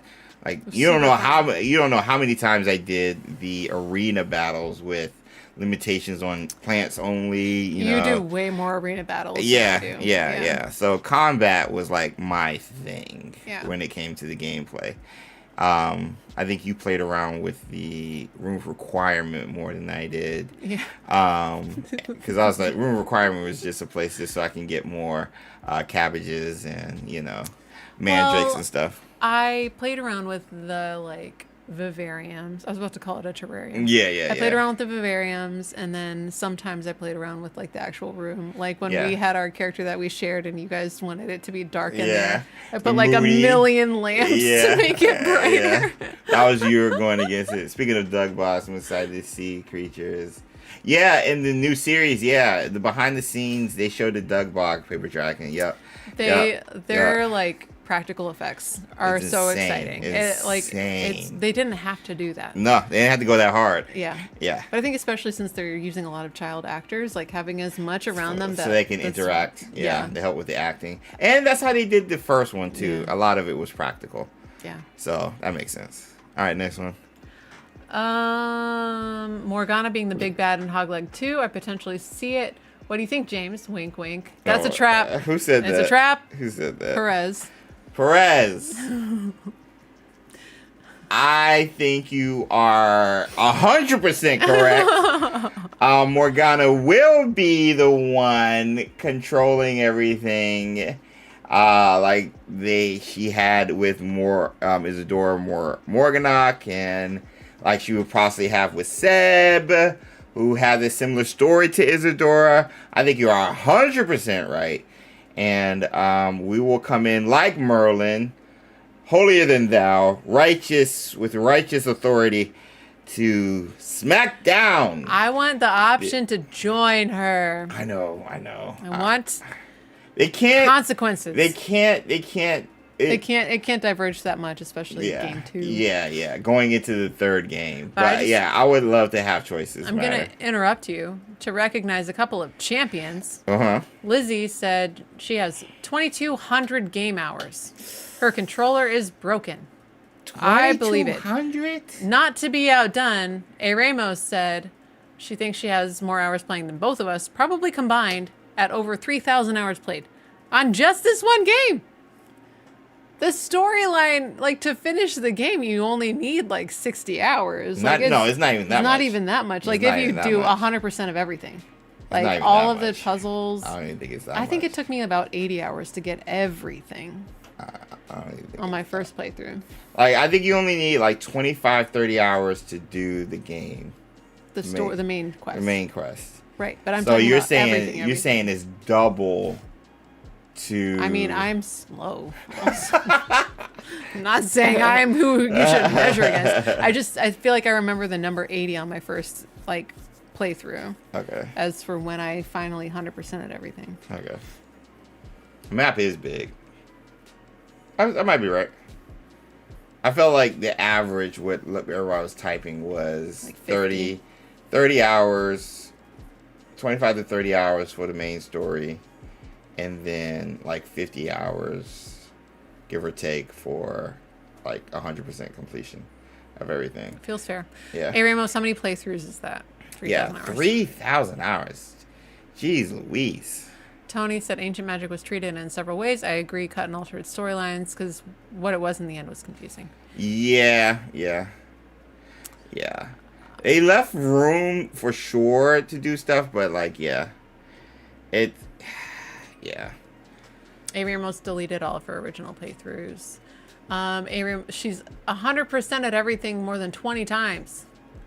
That's great. That's a lot. PhD status. That's what Nalene said. Yeah, agreed. Agreed. I'm not going to answer any questions about this game anymore. It's all going to be Lizzie and Avery Ramos. Lizzie said, I've just been exploring. I'm never going to stop playing this game. Yeah. Nice. Yeah. Lauren also messed up her controller. Yeah. And then Tony said so many pages to collect. A lot of the time that I spend is like looking for the last page because I don't like Google it usually. I'm like looking at the map and being like, I have like 3 out of 4. I mean, it was pretty... of the things in this region. I have to go everywhere in the region to figure out where that last one is. So I am not an efficient player. They did a pretty good job. Not a very efficient job, but they did a pretty good job kind of narrowing where stuff was if you zoomed in on a map and like the list they would have. Like, well, for a while I was aimlessly wandering around because I didn't know you could zoom all the way out and then see the regions. Yeah. So I was just guessing. Yeah. So that's probably like why it took me so long. That's probably why. If I had to guess, I would say that's why. That's probably why. Ravenclaw said Ravenclaw Wannabe said I have about the same amount of hours in Dreamlight Valley, but you gotta tell me your secret about what you're doing in Hogwarts Legacy that allows you to play for that long. It's gotta be just exploration. It's gotta be a lot of flying around, and sometimes like I'll just have it on in the background at a place where I like the music or the view. You know what I mean? Yeah. So that's not I think what a lot of my hours were on the first playthrough, but that's what I have. And also keep in mind the game is like 3 years old. Yeah. So like, I mean, between the 3 years, 3,000 hours, you know, that's like 1,000 hours a year on average. You know, that's manageable if you hop in every weekend or so, putting in like a couple of hours. That's definitely manageable. Moon Lily is at about 2,000 hours. Yeah. Time check. All right, let's get through these right quick. Okay. Anne will be cured by ancient magic, causing contention around ancient magic. Wait, what's going to be healed? Anne. Sallow. Healed by ancient magic. Isn't that what Seb was trying to do in the first place, though? No. Because he saw when Isadora used it to take away pain. So he was like, use your powers to do that when he was talking to us. After we saw Isadora's memory. think he was trying to use literally any magic available. I mean, yeah. I'm saying concerning ancient magic, I think I just saw that scene. That would be interesting. Especially with the curse. That would be interesting. Ooh, opposing stances taken by various companions leading to fractured friendships and splits. I'm here for it. Yes. Keep us... Drama. But not too much drama. Keep us on our toes around our friends. We're emotionally vulnerable right now. So I'm going to say, I've been playing a lot of Avowed. Mm-hmm. And I've been having a lot of fun because it feels like my choices in the conversations actually dictate how the rest of the conversation is going to go. Yes, agreed. And I do seem to like get perks when my like companions, like when I have more successful conversations with them. Yeah. And it does seem like I'm also able to like have quests change direction, like little side quests. Not the main storyline, but like the side quest change direction based off of the dialogue options. Mm-hmm. So, yes. And it doesn't make the game really stressful. That's always my worry with like the social aspect. Yeah. It's like I don't want to be stressed out about imaginary friends, but I do think that having like some conflict there and maybe causing some of it with your own choices. And maybe some unwinnable situations where you have to choose something. I mean, that's honestly outside of like companions coming with you or Quidditch. Morality is the number one thing people want in Hogwarts Legacy. People love playing the dark side. People love being the villain, or at least the options of doing stuff they wouldn't normally do in real life, and seeing that explored, especially in the Wizarding world. Like, we love Harry and stuff, but you know, there's a reason a lot of people like Draco outside of Tom Felton. There's a reason people want to try it out. Like, there is, in some way, shape, or form. What did Claw say? Sue wants choices to matter. The sassy descendant of Clan Morganoff. Nice. Hot take, our character is going to use ancient magic to heal her before it's over. Okay. Kind of same thought process. Yeah. Tony. Up to no good. A. Ramos updated. 3,330.75 hours played. That's a lot of hours, A. Ramos. That's a lot of guacamole. Tony said, just not Baldur's Gate 3 where you avoided talking because of unwanted romances and bad companions attacking you over it. Well, so that would be stressful to me. I haven't played that game. I haven't actually played a lot of games, but D&D. It just like... It's just D&D. It's an escapism. So if it's too stressful, I'm no longer escaping it. Right, exactly. It needs to be a balance. Yeah, the stress is in another form outside of work. Yeah. Everybody around me likes Draco just because he was the bad boy. Yeah, everybody wants to be bad. And Lizzie said, you mean like burning that portrait? Bro. I think Isidora's still alive. I think there's another portrait. But anyway. I thought they meant the side quest about the portrait. Yeah. Professor Hoenn investigates why magical creatures become hostile, expanding the scope of ancient magic impact. Bro, yes. Ancient magic has to have an effect on everything. Nature, we saw what it did when they fixed the dry spell that was in Feldcroft when Isidore was a little baby. We saw what happened there. Like, ancient magic has to have an effect on nature, on everything. So it's affecting the fields, the trees, the growth and everything. It definitely has to have an effect on the creatures. So I would love that. In the southern part of the map, there's like this area where it's like, it looks like there's been some kind of catastrophe and the trees are all snapped and it's like dead. Yeah, like a drought kind of. Yeah, it would. I feel like it would have been cool if we could have fixed that. Yeah. You know, like maybe that was... I mean, we have the ability, according to what we saw Fig and the Keepers do. Mm-hmm. So it's definitely like, bro, nature, natural theme that the TV show is going back to the ley lines. Roots look like ley lines and stuff. Like with what you were saying with like, it would be cool if like ley lines were a thing and Hogwarts location happened to be like a a central hub for those ley lines, at least in the Scottish Highlands, like that would also like there's so much stuff you could do with ancient magic, especially if you go on the nature route. And what we've already seen with not just Hogwarts Legacy, but also Hogwarts itself in canon. Like, everybody says Hogwarts is sentient. How the heck is a castle sentient? How the heck is a castle making a room of requirement? Like, those just aren't enchantments. Those just aren't things just there. Like, it's all a ripoff of Howl's Moving Castle. Somewhere inside Hogwarts, there's a little fire demon and a little hidden, like, hearth. Or the fire demon in... And the room of requirement shows up because Hogwarts Calcifer decides. A fire demon like... Yes. Lord of the Rings. Howl's Moving Castle plus Hogwarts plus Lord of the Rings. That's what we bring to this table. Yeah, but I think we figured it out. I think, yeah. And, like, Hogwarts hiding that ancient magic repository, how's it hiding it? Because the ancient magic is all around Hogwarts in the first place. Like, it's, I don't know. It just makes sense. It's talking Great about... Claw said, why don't you have Mage Hand as a channel emote? Claw, missed opportunity. Oh my god. Everyone who doesn't know, we used to do D&D, and we would stream it on our friends' Twitch. Yeah. Friggin' nerds. Before it came friggin' And James would use Mage Hand. Incorrectly, mind you. Incorrectly. But our DM allowed it. DM allowed it, yeah. And it was like, he would like... Bro, sit in it. I fixed so many stuff with that Mage Hand, bro.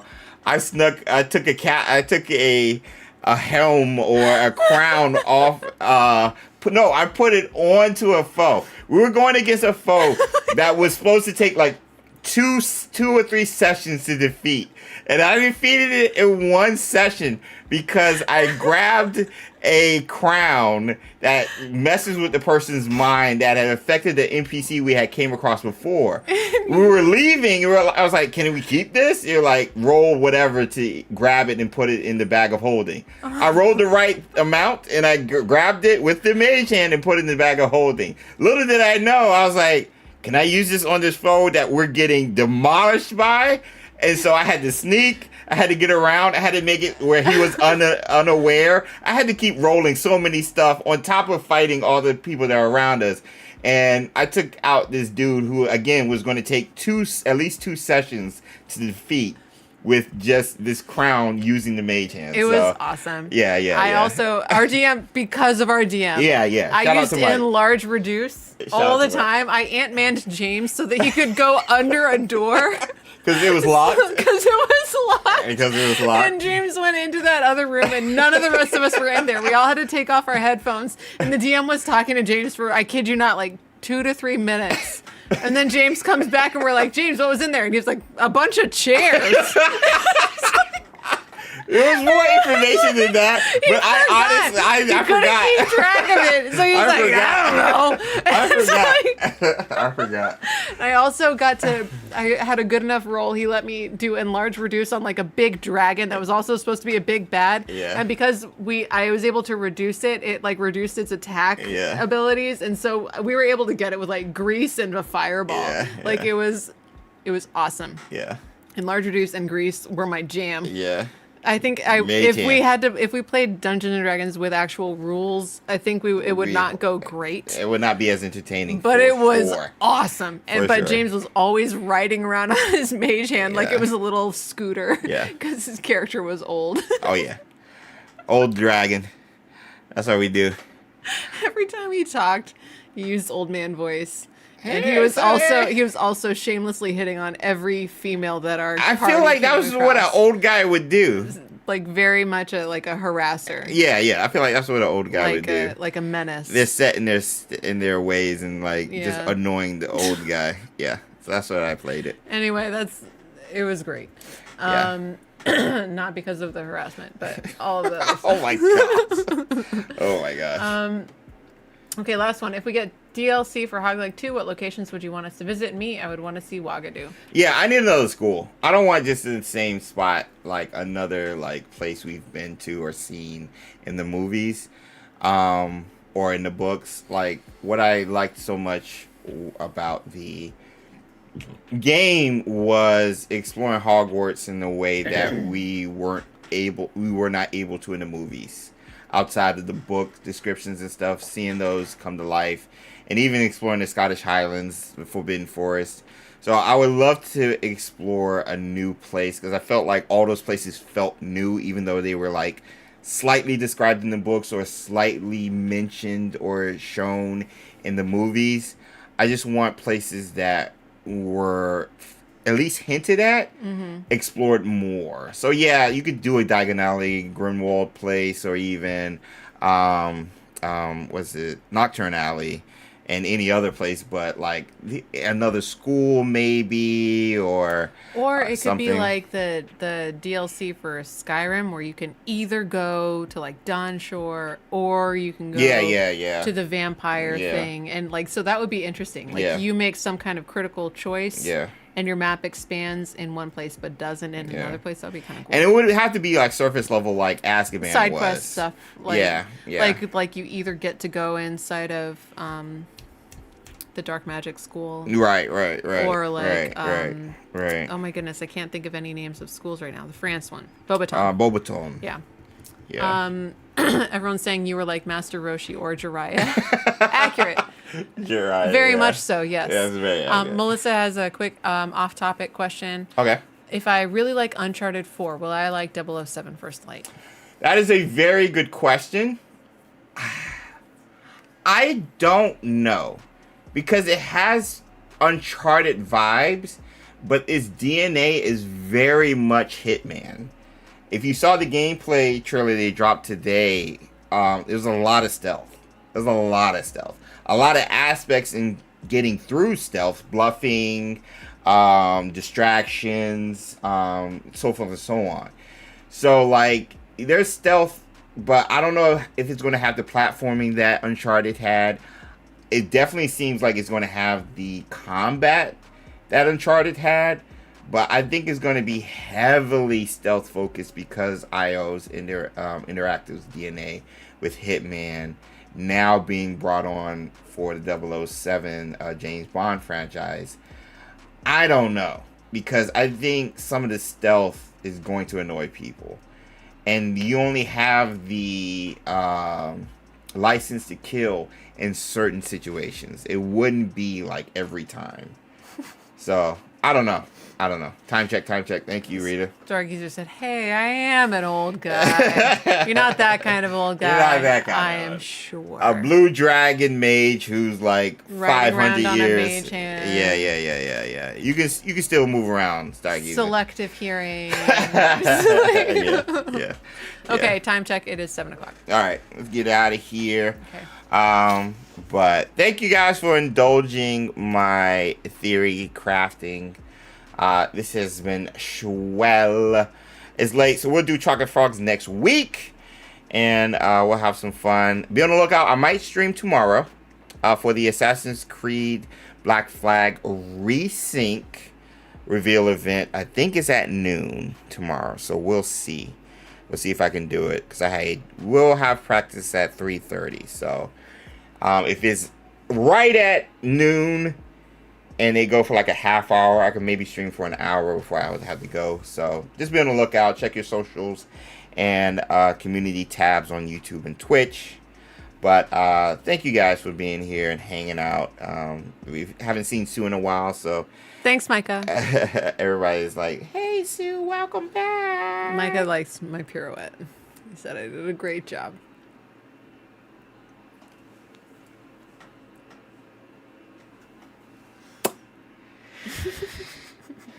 Thank you, Micah. 11 out of 10 from Harley. You're too kind. Happy birthday, James. Says Emmy. Thank you, Emmy. Thank you. Thank you. No 10 out of 10 for the birthday boy tomorrow. I see how y'all playing it right now. So I mean, you didn't. You didn't do anything. You didn't do anything. I don't want to hear that. You didn't do anything. Oh my gosh. Oh my gosh, you guys, I can't. Anyway, love you guys. Have a great Wednesday. Hope to see you Thursday, and possibly Friday. Sue wants to do a stream together, so we'll see if we can work like something playing out. a game. Yeah, just playing a game. Video game of some kind. We'll see if we work something out. I did get PI mouse for hire from the devs to try out and do a review. Same with Replaced, I think, and then of course some other games that I owe Xbox to try out. So we'll do a fun stream either sometime Friday or this weekend, depending on what Sue wants to do for my birthday. So Emmy gave you a 20 out of 10 overall, Amy, but Moon Lily gave me 100 out of 10. So out of 10, we're going to get out of here before these scores start going crazy. You guys have been amazing despite the lies, the pure lies and pirouette scores that we're getting in the chat. I only gave you 12 out of 10. I only got 11 out of 10. You got 100 out of 10. What are we talking about? I'm trying to make you feel better. Oh my gosh. Have a great Wednesday or Thursday. See you. I can't even talk. Whatever your day. Whatever your day is. Spread Lumos wherever you are in the world. You never know who needs it. I'm thinking about you, Cindy, right now. We love you. Have a great rest of your day. We'll see you in the next one. Peace.